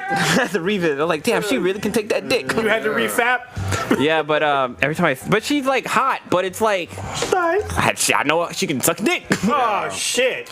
In certain but like that black is doing it for me. certain clothing, like now with her look, I agree with you. Yeah, her like what was it? Her emo, blonde hair, her goth look. Yeah, that's nice. But and then finally, I found Felicity's booty. Y'all guys been talking about it since day one. It's a tight little thing. I came across it. I was like, all right, I see what y'all guys talking about. Yeah, ain't no dunk, but it's a booty though. I'm just saying, Red Thickums from Star Trek has bigger booty than Felicity. she does Really? Oh yeah, She's pretty fucking thick. she's thick. So speaking of Star Trek, we didn't talk about it the last two episodes. So Star Trek Discovery, they be swearing and shit, y'all. Yeah, so They be saying fuck I mentioned this on my Twitter account. Other words? Oh yeah, a couple times back They to said back. it, 4 times I think. So And they say shit. I was like, whoa. I figured out why they put this show on CBS All Access. Why is that? CBS fucked up. All right, this show was never made for broadcast television. Never. That's the reason why they put just the first episode and not the second or any other ones. This was not made for broadcast television. Yeah, because the second episode is fucking pretty brutal with like the dead bodies and shit. There's gore, a lot of gore. There is cursing. There's uncomfortable shit for people to watch. There's needles going into people's eyes and shit. Torture. Goddamn. This was not made for broadcast television. Okay. I think that CBS would have been better off if they would have put this show on Showtime, which they own. That would have worked. I don't know why they didn't. Instead, they tried to go for the money grab and charge minimum of $6 a month, which includes commercials, or $10 a month without commercials. I think they totally fucked up. This show's gonna get fucking canceled because of the low viewers. Because there's no reason to pay $6 a month with commercials for one fucking show. Nobody wants to do that. Yeah, when all the other shows on your goddamn station are fucking free, especially over the air. Dude, I think they would have been a better route if they had stick with a Netflix deal and released it worldwide. They should have did that. Well, if they had partnered with them, I think Netflix. It's in Canada. It's on Netflix. Yeah, but not for us in the U.S. That's the problem. They should have been. All markets should have had it from the jump. Yeah, it's fucking bullshit, and it's a good show. I mean, bordering on great show. To be honest with you, I mean, like in my opinion, I really like this show. Okay. Yeah, And definitely. Like, Prodigy had an issue with the pilot. It has gotten. Yeah. It ramps up episode 2 and up. I hear you guys. I'm just, again, I have to stress that only watching the one, the pilot was just rough as fuck. That was a terrible. For sci-fi, modern sci-fi, that might have been the worst pilot I've ever seen. Yeah, well, the thing is that they stopped it, right? So they should have shown the first 2 at minimum, right? I think the first 2 would have been a great way to go. But just you can't show somebody getting ripped apart on broadcast television. I agree. You can't show somebody getting crushed through gravity on network television. You can't have people saying "fuck" on network television. You know, it's just like, what were they thinking? You know? Yeah. But it's good. The Star Trek movies with Chris Pine, they're all PG-13. They don't even have like fuck and all that in there. No, they do say shit, but they don't say fuck. Yeah, they don't say fuck, and they don't show that much gore. Like, they're really showing how brutal the Klingons are in this, and they're fucking brutal. I respect them for going that route. Again, it's about distribution and their business decisions. Yeah, this is. I mean, they chose this to launch their new service, which was ill-advised because if they were going to launch this, they needed to back this up with more meat. Yeah. I mean, I think this alone was enough to get people to come out of pocket to subscribe to the service. I think they should have made it cheaper because, like, you have your Netflix out there, which is it's like $8.99 a month for that, and you get like all these way more fucking content. crazy ass amounts of content. But this show, you get just like a few shows that are all CBS based. Like, if they'd had it cheaper, because I know a lot of companies are doing the whole a la carte thing where you can subscribe to their service so you can watch, whenever you want. Yes. But like that, the price is ridiculous, and the fact that you still get commercials. Well, is crazy. and the main thing is that look, if they're a broadcast station. I think that's what most people are fucking forgetting here. They're a broadcast station with commercials, so they're already getting money through their commercials. All right, and it's free over the air. Yeah. It's fucking like literally you don't need a cable. You don't need shit. Nope. You put an antenna on your fucking shit, and you're good. You can get it over the air. But for some reason, they decided to take this off the air, which I mean now it's kind of obvious reasons. They just made a really poor business decision with this show. Really poor. We were nervous about that from the very beginning, all this year, ever since it's been announced. It was confusing. But it's such a good show, though. Yeah, literally, pretty fun. it's rivaling, maybe even beating The Expanse. Oh wow, that's Seriously. high praise. That's super high praise. Yeah, there's some shit I wasn't ready for that happens on this show. I was like, holy shit! Like when the experiments go bad, it goes really fucking bad. Oh yeah. Do y'all like know? Hellraiser bad? Is this a 13 or 24 episode season? I mean, 10 to 13, something like that. Yeah. Well. So I mean, it's definitely not your classic Star Trek. I'll say that. I'm glad they switched it up. I really am. But I don't like the way they distributed it. That's where they fucked up. Stitch, get in here. Mr. Robot is back on the air. I did not see your girl though. What did you think of this pilot? I need my girl, but I'm patient. She'll show up. My FBI Who's chick. seen it? I seen it. Holy shit. I saw it. Yeah. Damn. You watched it yet? Yeah, I missed it. I was trying to watch it before the cast. You done That's why fucked I was up. partially late. But I'm go watching ahead. tonight. No, it was good. It took me about 20 minutes to remember where they had left off in the previous season. Yeah. Because there's so much going on. I'm trying to remember, like, okay, where are they at? Because I think for the first 10 minutes, and did I get it confused with the last season that ended in terms of the stabbing with Joey Badass? Yeah, that's what happened at the end of last season. Of this last season. Yeah. Well, Okay. also, Elliot got shot. Yeah, exactly. Okay, yeah, because I was trying to piece together that. I was like, yeah, he did get shot. I forgot about that. And but they had this. He reminds me of the guy from Pulp Fiction, the Fix-It guy. Yeah, exactly. Oh, the wolf. The wolf. Yeah, the Yeah. wolf. Okay. So he's out there running around fixing shit, trying to get his rewards card punched. That barbecue Arguing shop. about fucking milkshakes and stuff. He's absolutely hilarious. I can't think of what actor it is or where I've seen him He's before. funny though. But he's really, really good. The guy with the glasses, right? The driver? Yeah. Yeah. Calling fucking OnStar. But yeah, they're setting up with it phase 2 that got shut down, and now they're trying to. Well, I guess Mr. Robot's back. Mr. Robot's trying to get phase 2 up and running again. Oh, he's Angela though. So that was another revelation. We found out that Angela and Tyrell, they were in cahoots. Like she's known about the plan. Yeah. Yeah. She knows. For 2 seasons, we did not know. Sorry, you haven't seen. No, I haven't seen it. Angela know a lot of shit. No, apparently so. We got that revelation in the last season. Oh, yeah. Angela knows shit. That's all I'm saying. Well, then also we learned that their relationship, like, you thought, like, they were going to smash, like, they had some kind of feels for each other, but she shut that shit down. She's like, look, She shut it this down is season 1, though. And she knows. But he went for it again. Yeah. She's like, you could look me in the eye when you're Mr. Robot. You ain't no punk bitch. Yeah. I was like, oh shit. You sit down when you pee when you're Yeah. Damn. That was pretty. Angela done made a come up. I was kind of lukewarm on her. She might be the Joey Badass of this season. I'm just gonna call it now. I like to find out. We Yeah, shall see. because last season was his sister. Yeah, Darlene was about that life. Darlene was fucking. Darlene was killing folks. She went to that spot. She's stressing out though. Yeah, she was. She having fucking panic attacks and Like her shit. boyfriend was, Yeah, Her fuck boy, her boyfriend. She killed somebody. Shit. And it had no fucks. Well, she got like fucking threatened and shit. So when she saw messed fucking with, Dark Army Dark and shit. Army, I mean, ain't nothing to fuck with. Yeah. BD Wong is for real. Oh, He will man. piss on your grave. Yeah. Get him dressed. I definitely have to catch up. And the new episode's tonight, is it not? yeah, Wednesday night, it's going on right now. Oh, I get to double up. I get to double down. Ninja, you were fucking wrong talking about how, what was it?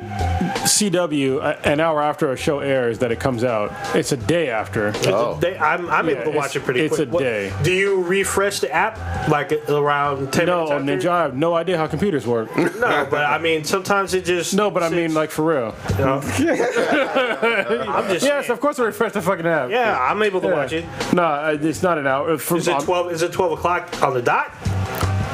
You said an hour. Drop top, cruising the streets. So I looked after an hour and it wasn't up Wasn't yet. up? Yeah. Should we get into Ask B to B? Yeah. All right, who want to take it? First one. First question from Mishka Balak. Why do people in the gaming community hate on casual gamers so much? Why does this type of game matter? So most gamers, I'll speak for most, don't really give a fuck about casual gamers because they don't affect us whatsoever. Random of I think there are some that don't I mean, there's all these little communities in gaming. You know what I mean? There are people who only play Madden. There are people who only play Call of Duty. And mobile gamers and gaming is inherently a little bit competitive. You know what I mean? People are dicks to each other. So when you hear somebody's playing Tiddlywinks, you know, I mean, My Little Barbie. Yeah, I mean, there's people who hate on the Telltale. I like the Telltale games. Those are casual as fuck. But you know, there's people who hate on those. I don't like them. Yeah, I mean, but exactly. For me, it's like Myst. Yeah. And I never played Myst or whatever. I don't play anything on the PC. That's because you're not a real gamer. Oh shit! But yeah, there's going to be people shitting on different games and different types of games. It's like doctors shitting on dentists. I mean, they're doctors shitting on dentists. No, it's like doctors shitting on chiropractors. You want to know why? Because chiropractors are not doctors. Goddammit, look it up. Yeah, that's not a medical degree. But even though they make you call them doctors, they're bullshit artists. The guy who invented it was a magnetic healer. I'm just saying. Do your research, y'all. God damn. They kill babies and people. Damn. Yeah, I don't mind casual. I mean, I think it's a good way to get them into other. I mean, I'm all for I'm all for people learning and expanding to liking different games and stuff.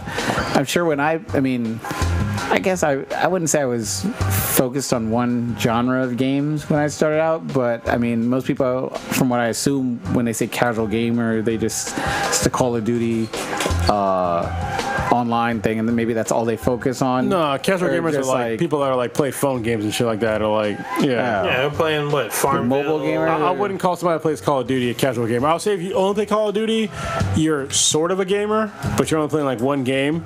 Yeah, you know what I mean? For me, somebody that plays like a single game or a single game genre, they do. You're right. They do. For me, it gets a little bit less respect. But if you're like somebody that plays like Candy Crush, look, I play fucking Candy Crush. I'm not out here like shaming people for what they play, really.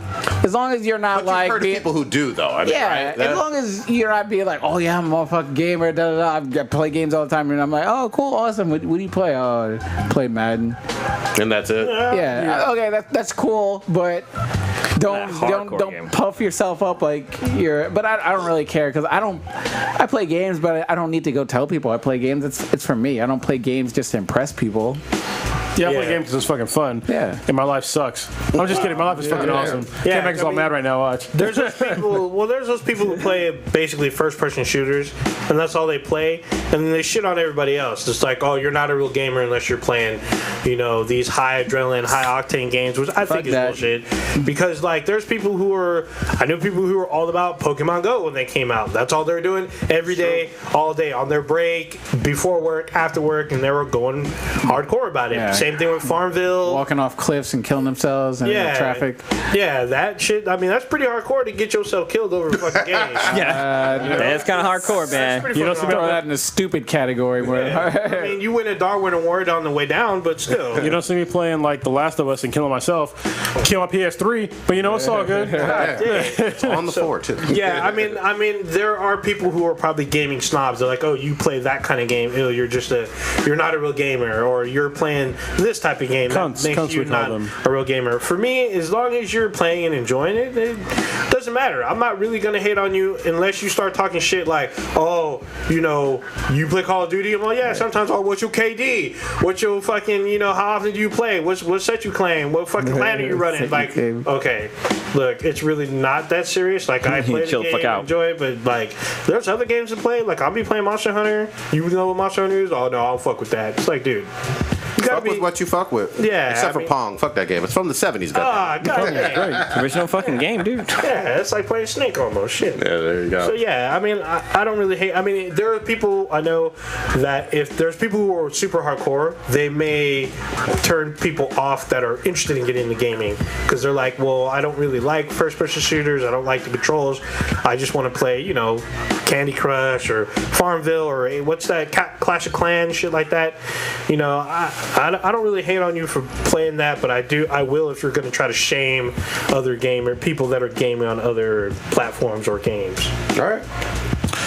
One more. On to Dirty Stew. Dirty Stew was asking, which characters would you like to introduce into the next MCU and DCEU phases?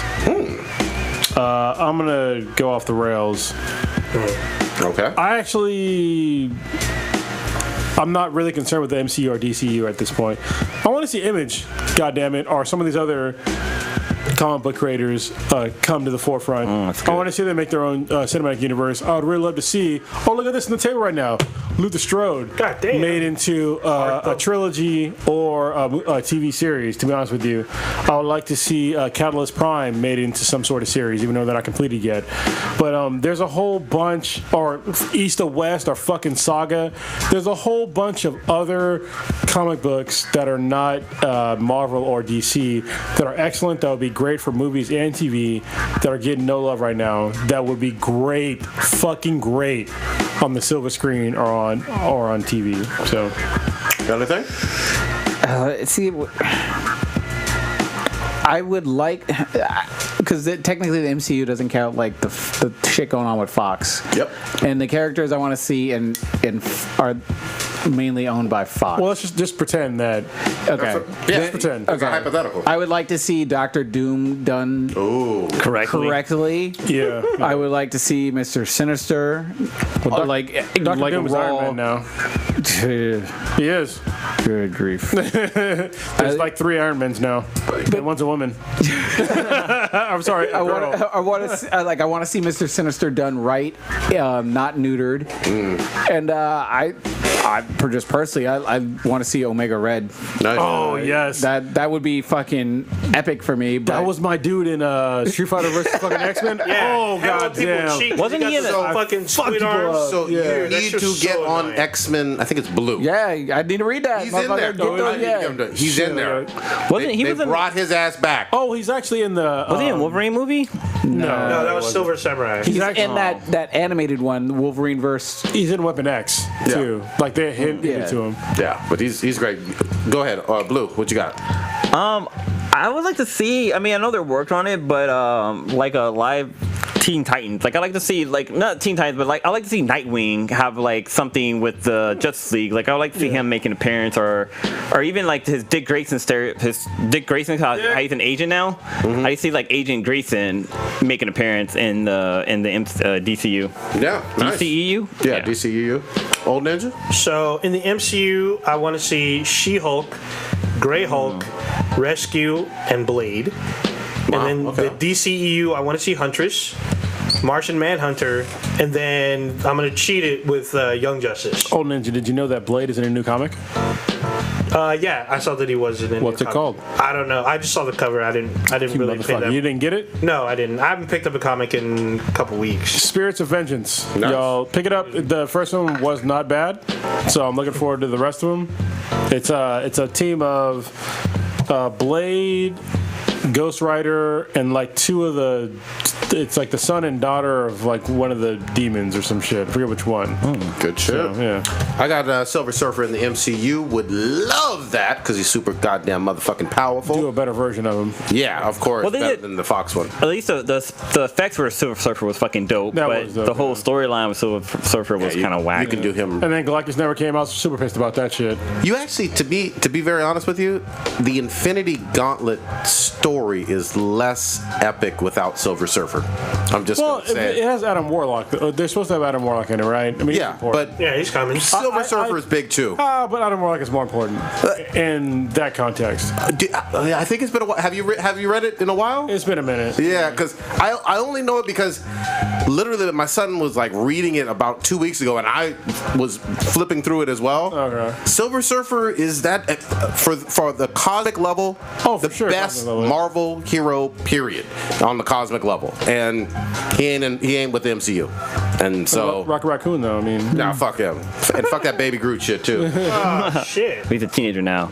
Yeah, fuck that. So actually, I had a Ask Beats and BTI question for you guys, but I'm actually gonna save it for next week because I'm gonna ask Earth Girls Are Easy. But wait, when do they record? It'll be November. The first week of November is the next time. I mean, I know your guys' answer for this question, so I'll just ask you now. Sure. So, I was hanging out with one of my Brazilian friends, and for some reason we got on a topic of Pablo Vittar. Oh shit. And the question came up of like, if your partner was to change their sex or to identify with the opposite sex, would you stay with them or would you? Fuck out of here. So it's funny because Really? the female friend, she was like, "Oh, I'll stay with him as long as he still have a dick." I was like, "Holy shit, I know a little bit more about you now." Wow. But yeah, this is a question I want to ask Earth Girls Are Easy to see what their take is, because I know all you guys gonna say no. Yeah, this is pretty much. Yeah. Now, if there's a princess to be saved and a pig, Oh god. And a pig, god damn. but nah, yeah, fuck no. What the fuck? Yeah, it's a little. Hey man, it's a dang show. It's over with immediately. Because we saw the Vittar video and it's like, dude was like about to smash. God damn. It was eluded. Done.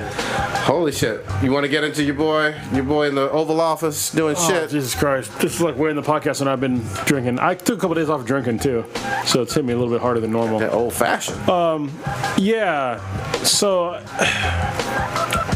I give this. If you listen to this podcast like a lot, you'll know that I gave President Trump a fucking chance in the beginning, and I caught some shit for it. In the beginning. I was like, I didn't vote for the guy, but I gave him a chance. You know, I gave him the same chance that I gave President Obama. Yep. And they both have failed me, but President Trump way more than President Obama at this point. Like, to be honest with you, at least President Obama understood the word called respect. You know what I mean? He understood context. He understood how to speak well. Big words. Yeah, he didn't call people bad dudes. You know, enemy combatants. I understand it's more syllables, but goddamn, is that fucking hard to say? I mean, seriously, what the fuck? So yeah, the most recent thing that President Trump has done, which is like, it's been for me one of the most egregious things that he's done, has been he called a widow of somebody who died in Nigeria, called her and told her that he knew what he signed up for. And I was like, what the fuck? Why are you even calling? Military widow, right? Your military widow. And I was like, what the fuck? And then, so I posted that, you know, I posted that on my Facebook page, and I was like, this is some bullshit, you know, I was pretty angry about it. And then people were like, oh, well, you know, that's the media just, you know, that's just propaganda. I was like, what the fuck are you talking about? And he's like, oh, just wait for the whole story to come out. And then, like, the two of the people that are in the family that were also, because the person that reported it was a congresswoman who happened to be a Democrat. Okay. And they were like, oh, well, that's the Democrats. I'm like, look, I'm not on fucking team nobody. I'm on team fucking logic, all right? So this is how I see it logically. And then it was corroborated by the mom and then somebody else in the family that was in the car at the same time because they were on speakerphone, that he said that, oh, that's what, you know, he knew what he signed up for. All right, listen, you stupid motherfucker. First of all, anybody that's in the military, President Trump has showed us time and time again, this is coming from a Marine, y'all know this shit, I am a Marine, and he's shown the military community time and time again he does not give a fuck about us, nor does he understand how wars work, how the government works. He doesn't understand shit about empathy. You know what I mean? This guy talks shit about John McCain because he was a POW. But he respects the flag. Yeah, he doesn't give a shit about the troops, like, at all. Like, he's a total fucking lie. He talks shit about a goddamn POW. He also talks shit about another... They're called, what was it? God damn it. I've been drinking, y'all, but it's called, they're called Gold Star families. Yeah. Those are families of servicemen and women that have died. Yep. All right, the surviving members, they're called Gold Star families. He's consistently shit on them. Like, in the past, there was I think he was Muslim, or at least his parents were Muslim, or at least they were foreign. I know who you're talking about, yeah. And they came out, their kid had died. And they came out against Trump while Trump was running. Yep. And he shit all over them. Yes, he did. He basically said, oh, what did Hillary write that speech for them? I mean, what the fuck?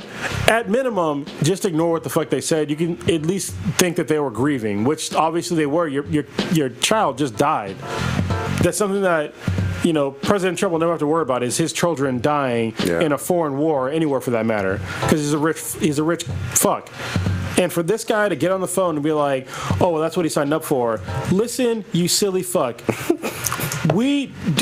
At least me, and I'm saying me, but most people in the military, we don't sign the fucking dotted line to go die in some fucking foreign land. We sign the dotted line to protect this country, which may include dying, but we're not signing up to fucking die, you fucking moron. And why would you say that? We sign up to protect people, the people in this fucking country, which includes you. And for you not to understand that and just dismiss it that, oh, that's what he signed up for, that's not what he signed up for. And to say that to a widow. Yeah, to a widow. I mean, who the fuck says that? I mean, seriously. And then people seriously try to defend that shit on my Facebook page. I was like, there is no defense for that. Yeah. There's none. And he's never shown any sort of empathy with any of these tragedies that have happened over his 10 months now in office. You know, he always tries to give like some bullshit narrative, like with the Las Vegas thing happened. He said, oh, well, wasn't it amazing what the police what the police did, like, you know, their action? It's like, well, okay, yeah, but people died, you stupid ass. Yeah. Like, can you acknowledge that American citizens die by the hands of a madman, and that, you know, 490 something other people are lying in the hospital wounded from this fucking madman? Show some fucking empathy. Like, what the fuck is wrong with you? This is the problem that we're having right now, is that we've been pulled down to this low level where people think that, oh, well, the president, you know, President Trump he's like us. All right, I guess, but do you understand that the President of the United States of America should not be like most Americans? Yeah. Do you understand there should be a higher standard? I expect the President of the United States to have a higher moral standard than the average American. I expect the President of the United States to have better critical thinking skills than the average American. I expect them to have a higher leadership skills than the average American. There's a whole bunch of other litany of fucking things that I expect the goddamn president to have, the leader of the fucking free world to have over the average American. That's why he's the fucking president. So please don't tell me that he's just like us. He shouldn't fucking be like us. I'll tell you this. I'm like us, and I don't shit on widows. Yeah. You know what I mean? Like, anybody who's ever been, even if it wasn't a military widow, anybody who's ever been to a funeral, you don't shit on a widow. You know what I mean? Or anybody that's mourning somebody. Well, the problem is that he doesn't realize that what he said shit on her and him. Yeah, that's awful. You know? It's like if you're a kid from Brooklyn, your uncle died, you don't need some like millionaire coming in and trying to hit on your auntie. I mean, that's some fucked up shit. Jesus Christ. I love that. Damn it, I love that. That was perfect. That was great. Did you catch that shade? Can I get that suit though? Nah, all I see a dollar sign. All right. All I see is dollar sign. That's all Tony saw too. Underoos. Real quick, anime. Because I've been off this week, I will tell you this, I'm still enjoying a ton. This season on Crunchyroll has been fucking fabulous. I like what I'm seeing so far. I'm having doubts though with Black Clover. Really? You're doubting it, huh? I'm having, the first episode was great. Okay. Second episode was, the third episode was like, See, I'm still on board. Some people don't like Asta's voice. Well, his screaming. Yeah. I'm on board too. I'm gonna keep watching, hoping that it gets better. But yeah, his yelling is annoying. They need to tone that down a little bit. Yeah, see, I'm still with that, but you know, I mean, I'm a loud black man though. Yeah, the kids are loud too. So it's better than Neo Yokio. Oh, how dare you! That dumb That shit. Toblerone, man. You can. You gotta watch. That was fucking awful. Thank But did you watch all 6? No, Thank you. That's all I. Well, the welcome first to my one. buzz. Did you get to Hikokomori? What the fuck? There's How no far did you get? How far did you get? The first episode. Yeah, he's Watch the whole exactly. one. Yeah, He he did the did better. exact same criticisms. The dumb generic ass GoBot flying you. around. Wait. So you gotta watch it Fucking again. field 'cause hockey. It's a fucking I don't robot. need to get It's no not a- goddamn. It's not a fucking- robot, dude. It's not a It's a robot. robot. It's not a robot. Listen, It's a fucking mech. If Cronus and fucking Stitch agree on something, that is law. I think that's how this works. I'm pretty sure that's how this works. All I'm gonna say is Bipartisanship. all I'll say is it is a dumb show. It's It a is dumb dumb. show. It's fucking dumb. But And the voices Hold are on. horrible. You didn't even explain how it's fucking dumb. The bitch's clothes had a fucking demon in it. Her Yeah. clothes. Yeah. Like, what the fuck? You gotta keep watching. Wait. They did that. Time that is too valuable. That happened in Sailor Moon. Sailor Moon, one of the characters' clothes was. Fuck Sailor Moon too. Damn. And that was a huge anime series. Yeah, it was huge, but still. They're making fun of a lot of shit, and some people hate it. You can hate it if you want. Well, the funny thing is that it's not really. I guess it's not a Japanese animation. It's actually an American anime, and clearly, I think the guy's from. I want to say he's from this area, but I can't. I got to look it up again. But so check it out. I'm gonna go egg his house. If a Japanese dude takes your shit and an American dude takes your shit, guess what? It's still shit. Yeah, it doesn't matter to me. Like if it's American funny. or Japanese, it's anime, quote unquote. It's anime. It's anime. It's definitely anime style. anime. Yeah. But I just don't like. I don't like the voice acting. I don't like the theme. I don't like the fact that the protagonist is some rich guy that's trying to go up some ladder about being the fucking number one bachelor. While I don't doing give a fuck about dumb that. gay shit. Yeah, it's stupid as fuck. Dude, it's so funny. So when I like Toblerones, but fuck this show. You know. So You when gotta have a giant one when and the pass it your Democrats way. and the Republicans actually agree on something, usually Trump's a third party. You're free. It seemed like to me like. The voice work is bad. Like It's I really said that bad. from the beginning with. And it's not even just that it's bad, it's the whole premise of it is that why do I give a fuck about some rich guy trying to get I don't know what the fuck he's even trying to do. Well, he's a demon exorcist. An exorcist, but he's rich and there's like nothing really wrong with his life. I don't give a fuck about this dude. I hear He's you. so unlikable. And he's not even like, look, Jessica Jones was unlikable, but I liked her because she was unlikable. No redeemable qualities. You're not gonna watch episode 2 or 3. I know. Spoil the whole fucking thing. Yeah, but like Blue was saying, the robot is there's a lot going on. The robot, the Toblerones come back. What is the robot? Spoil it. I don't give a fuck. So the robot is a fucking mech suit. Yeah. And there's a tiny lady that's actually operating, and he doesn't like the character doesn't even know that there's a person in there. He thinks it's just a robot to begin with, but she gets out of the suit all of a sudden. So he has a slave. Basically. Well, no, he has a butler. Yeah, he pays. But he has a slave. But there's money exchange. He has a slave. But there's no slavery doesn't involve. He pays money. the robot? Slavery involves. Yeah, he pays the person in the robot. Slavery can involve This is some money. bullshit. Indentured servitude is. I mean, she's not forced to stay there, but when she comes out of the Equal suit, exchange, like she's. well, no, when she comes out of the suit, like she's got a fucking attitude. Like she's a major fucking bitch. Like there's a time where she tells him to go answer the door. Like you go get the fucking door. I'm in the shower or some shit like that. There's like a scene where she gets into like the robot naked, which is really funny.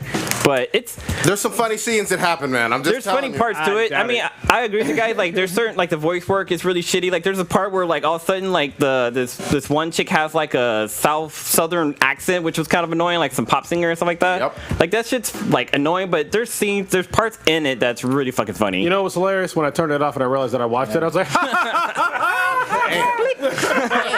Fucked up. All right. I laughed. I got tricked into watching that dumb shit. I was like, that motherfucker See, I got me. didn't- I didn't 22 fall- minutes of your I life. didn't fall for it. I didn't fall for I'm it. gonna regret that on my deathbed. Knights of Magic still remains a good anime to me. Knights of Yeah. Magic. Okay. I'm still enjoying it. What else was I watching? That Zodiac show or whatever. Was that one good? Yeah, it's been good so far. I didn't watch episode 3 yet, Okay. but it's been good so far. Y'all need to catch up on some Dragon Ball Super because Goku out here getting his fucking ass whooped. Holy He got shit. his level, still got his ass kicked. Yeah. I started watching that Dude, from the beginning. So, And like- I'm liking it already. Beginning If was you- it's basically 2 movies. Yeah, so but if you I'm watch Battle of Gods and Resurrection of F, that's pretty much the first like maybe 50 episodes. So if you watch those movies, you can kind of jump ahead.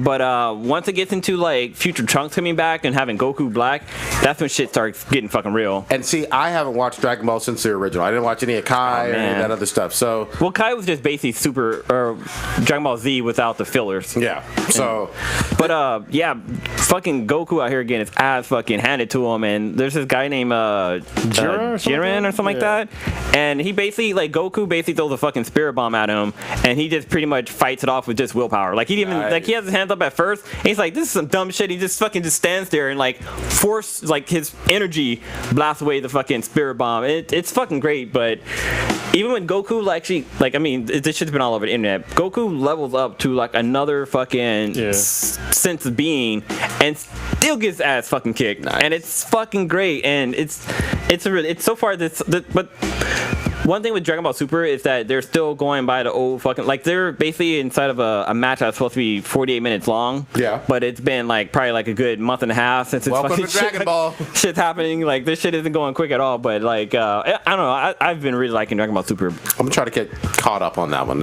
And Battle. Oh, God damn it. Blood Battle. I'm gonna have to look it up. There was another really good one I was. Blood Battle? Battle Blockade something. Speaking of really good, motherfucking Voltron came back. Ooh, yeah. I Finished. Yeah, It was short. It's only 6 episodes, which is weird. So that personally, I think they should have just did all 12 and said season 3. Yeah. But whatever. Well, even this season seemed like it was kind of chopped off. Yeah, it is. Like they left it open for more stuff. It ends on another cliffhanger, but. Like you were saying, Blue, like there's an episode that like kicks you in the feels a little bit. Oh yeah, dude. They do a little okie doke on you. This is season 3, 4? Season 4. Okay. Because season 3 dropped in August, season 4 just dropped over the weekend. It's more like season 3.5. But, yeah, more like it, because it's only 6 episodes, but still, it's still pretty fucking crazy. Like the team, and it starts off, the team is splintered. Like you have one dude that doesn't want to be leader, and he wants an old leader to come back, and he's with this like super like elite ninja squad. team and yeah, shit. and they're fucking kicking ass. SEAL Team 6 and shit. Yeah, Nice. they're up in there cutting people knives and shit, fucking doing fucking insertion jumps and shit. It was fucking dope. But then they're having issues because they don't have a full Voltron because one of them doesn't want to practically be in it. Oh, you can't do that. Yeah, so there's some inner squabbles and shit, and then there's like Pidge looking for a brother, and then like them trying to go on the offensive for the first time. It was actually like a 2-parter, so that was it was pretty interesting. There's a lot of action packed. There's a little bit of emotional shit. I was liking it a lot. Good shit. What I like about Voltron is that it's even though it's like a reboot, I like the way they're doing it. Like they're not sticking to like the original story. They're actually being more kind of creative with it, because the original story, like Voltron just stayed on one fucking planet, and his robots kept coming to the planet, and they would fucking fight, and that would pretty much be it. But the fact that they're going to different planets and actually they don't even fight. They don't even fight robots in this. I think only in like season 1 did they fight like a giant robot that was the size. No, they fought one beast, one that like. No, it was more than one. Well, this season was it more than one? The one where they're doing the show, when they were doing the acting shit. Oh, the little mole thingy. I'm talking about it wasn't little. But it wasn't a robot though. It wasn't like the witch didn't conjure it and shit like that. No, she didn't. But she's a force to be fucking reckoned with, because she does some fucked up shit. Dude, she turned a goddamn planet almost to a fucking bomb. Yeah, she practically fucking almost fucked like a whole star system. I do like the fact that the whole like corner of a galaxy is under siege by like almost an unstoppable enemy. Yeah. So it is pretty interesting, and I like that they pay homage to the original. Like the princess still has a pink suit. Like she doesn't change suits with the line. She keeps her suit. Dressing all pink, just like Hello Kitty. Yeah, Bringing back much. all C notes and no fitties. Well, there might be a couple of C notes, but yeah, it does pay homage to the original, but it still is its own new, unique type thing. Good shit. So it's been really good. I've been really enjoying it. All right, Highly recommend. let's round it up. Stitch, what you got popping? We're gonna watch some, I guess, football this weekend. Yeah. Try to see how Michigan's doing. I think they're gonna lose. You're not boycotting? Nah, I I ain't boycotting. I know where my give up my principles at. So I still watching football, baseball, doing all those sports and everything. Off this weekend till Monday. So try to catch up on some stuff. Do some check out a couple breweries. I was gonna try to check out the Hangar One Distillery. I heard that's really good. Yeah. So I want to go. Oh, dude, you know we need to check. So Newark has alcohol. What do you call the them? Japanese whiskey thing? No. Every now and again, if you go to like their little like pamphlet for like, you know how they have like, what do you call it? The Like Newark community? No, it's like community fucking like events. Okay. You can sign up for like brewery and alcohol tours. Nice. Okay. So like me, did you go to that one? First time I hear about this. Yeah, we went to me and I think Mr. X. It was for like $30, like we went to 8 Bridges Brewery in Livermore, and they gave you like you hop on a bus. This is for $35, all right? They bus you to a place. They give you food plus the tour, and they bus you back. Nice. And Hangar 1 was supposed to be the next one, so check in Newark's. Freeman might do it now too, but check on Newark's like community like fucking thing to see when they do it, because you can pay like an extra fee if you're like not living in Newark. Because it's all the way out in Alameda. Correctly. So that's they said a while ago the next one's gonna be Hangar 1. Okay. Which I want to go to. So I tried to check that out. At work recently, I found out something really fascinating. I don't know how many other people, but I've been a victim of having my car broken into in a smash and grab. Oh, you had some hate. So you should to private, bro. Well, no, that's a different thing. I wasn't even gonna go there. Oh, okay. Yeah. Fuck that dude. What I had found out recently through some of my fellow coworkers is that these thieves are using what's called a BLE reader, Bluetooth Low Energy app. Not making lettuce and eggs. And what they are doing now is they're using this app to scan like parking lots, and it will determine which vehicles have like a laptop or some sort of electronic device. So instead of having to just like physically go up there and like peek in, they already have an idea on what car it is. Damn. And it just instantly it makes it easier on them. We hooked some of these burglars, and they sort of squealed on their whole process and everything, and they put us on to that whole aspect of the game, which is they were talking about it today at brief, and my mind was blown. I was like, what the fuck? You told me that nobody at your job is on the dark web? I don't know. I don't. Do I need to do a seminar at your job? Maybe you do. Yeah, you guys are like behind the curve. Maybe. Like seriously, like if you go on, you can go on the dark web and like figure a lot of shit out like pretty easily, and like what to look out for. Okay. Well, supposedly easy to get to. Just go to Tor. Yeah. Well, I ain't trying to fucking get any shit on my phone to get me flagged. I have a perfect record with Zuck. No, you do it at. You just tell them at work, and they'll figure it out. Okay. Yeah. Don't you guys? I'll talk to your boy about it. All right. There's a guy that we both know. I train with. So. Okay. Got it. Hold on, what you got? So I got to catch up on Mr. Robot since the episode's on tonight, so I'll be able to double down. Star Wars Rebels started over the weekend, so this is the final season. Nice. I'm going to see if there's going to be any ties to The Last Jedi. Oh, and speaking of which, they announced the title for the Han Solo movie. It was announced by Ron Howard. What's it called? It's really original. Yeah, it's real original. It's called Solo. A Star Wars story. Yeah. All right. It's with the red Solo. Solo, comma. Yeah.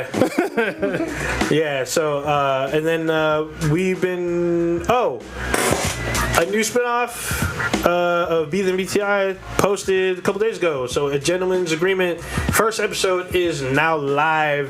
You can go ahead and check it out on YouTube, exclusively on YouTube. You can see myself and my special guest Stitch as we review our first gentleman's club. Did you guys make it rain in there? You go there with like trash bags full of money? No, they made it hail. They're throwing chains. Yeah. Left some bruises. Yeah, if you really want to know, watch the episode. You can watch it there. And first episode's up and live. We're probably going to make a new video possibly soon before Prodigy leaves off for New York. Okay. So we'll probably do this infamous coffee shop that we keep talking about. Good shit. Yeah. Also, I finished Deep Space Nine finally. So nice. That was a fucking chore, but it was the only Star Trek series I never really watched, but I did. And then probably gonna start watching Big Mouth because everyone keeps fucking talking about it. Great show. Did any rest of y'all watch that? I saw a couple episodes. It's so fucking funny, man. Yeah, everyone at work is talking about this, so I'm like, all right, I guess I'll check it out. So other than that, just some Destiny stuff. Good shit. Obviously. Blue. Over the past weekend, I tried to play season 2 of Batman Telltale game, but I was so fucking busy with stuff I didn't have a chance to get around. So I'm gonna try to do that this weekend, and I'm gonna try to Twitch it just because I've always had an issue with twitching on my phone. So I might either Twitch it or maybe do a live stream on YouTube. But yeah, I'm gonna play that. I definitely want to check out this new Netflix anime called IDO, which looks pretty cool. It does look cool. I watched the first one. Yeah, I tried watching it, but like I was usually if I watch something, I might be kind of doing doing something else, but like the first part of it started off with subtitles, so I was like, oh, I need to like really focus on this. I can't be like fucking around. So I'm gonna try to watch that this weekend. I have a photo shoot this weekend. Nice. I'm gonna be. It's gay porn. He's taking pictures of dicks. Lots of dicks. Dicks and assholes. If it pays, it pays. Jones in or on Jones. Yeah. Ski. No, but I'm gonna be. I've actually booked for Saturday and Friday, or Saturday and Sunday. Saturday I'm doing Cronus's daughter, Riley. We're gonna go to a pumpkin patch and stuff like that. Yes. But then also one of my cousins wants me to do a photo shoot up in Sacramento, so I'm actually be traveling for this one. So I'm gonna be doing that this weekend. But also the Sweetness and I I think we're gonna be up in Livermore, but we're gonna be doing a wine tour with some of her friends. So I saw the trolley running around Blue the other day. Wait, You're what? gonna be on the wine trolley, or are you going to? No, they well this weekend for the wine trolley they're doing, or because it's the Halloween season, the trolley's only at night. Okay. So they're doing like a Halloween theme thing. So they're going to all the wineries, and the start time is at 6 p.m. Hold on. Just don't get loud. Have you been to Winty yet? I haven't been there yet. Yeah. But we're going winery jumping. So No. Eventually take her there. If you want to go, yeah, it's a good spot for a date. Yeah. well, I've been to a lot of wineries in Livermore, so I know a lot of the good ones. Go to Winty, like for Winty's a dinner good or spot. lunch. Yeah. No, we'll see. Well, there's a sandwich place. No, I'm not saying this weekend, but eventually you go. Oh yeah, so there's this really bomb ass sandwich place in Livermore called I think it's Olivia's or Ophelia or something like that. They make really good fucking sandwiches. It's right off of kind of First Street. You're talking about sandwiches, goddammit. I'm talking about a nice ass dinner. Go to Winty. No, this is a bomb ass fucking sandwich, man. I understand that shit, but we're not. Bomb ass fucking sandwich. You're talking about sandwiches. I'm talking about risottos and steaks and shit. I know that, but that costs more money. You can bring somebody out the ghetto, but you can't bring the ghetto out somebody. He wants a goddamn sandwich. It's like, yo, where my sandwich? Bro, I got this place you can get a nice ass porterhouse, but we can get this fucking PB&J. Yeah. No, but you try the sandwich, man. Salisbury steak. Fuck. You try the sandwich, like, okay, I can see why you bring it up, but this still the steak though. I understand sandwiches are good. But this sandwich is damn good. Yeah. It's better than fucking Ike's. All I'm gonna Holy say, fuck. all I'm gonna say is when you're on the train, just don't get loud. So I just ask the Sweetness to remember the sandwich, all right? And take it to Winty. And then be like, compare the sandwich to Winty. All right. I mean, of course the steak's gonna be better, but I'm just saying the sandwich is fucking good too. Well, I'm sure the sandwich is good, but I mean, shit. The fuck. You gotta try the sandwich. Talking about plebeian food, I'm just saying. But then again, I was kind of drunk when I had the sandwich, so. God damn it. Kronos, what you got going on? What I got going on is like, look, I talked about it before, but Legacy of Luther Strode, actually the trade is, or the actual complete collection, it's just called Luther Strode, the complete series. It's by Justin Jordan. He's the writer. The artist is Trad Moore, who's an awesome artist. I've said it multiple times in the past that he has the best way to draw somebody getting shot in the face.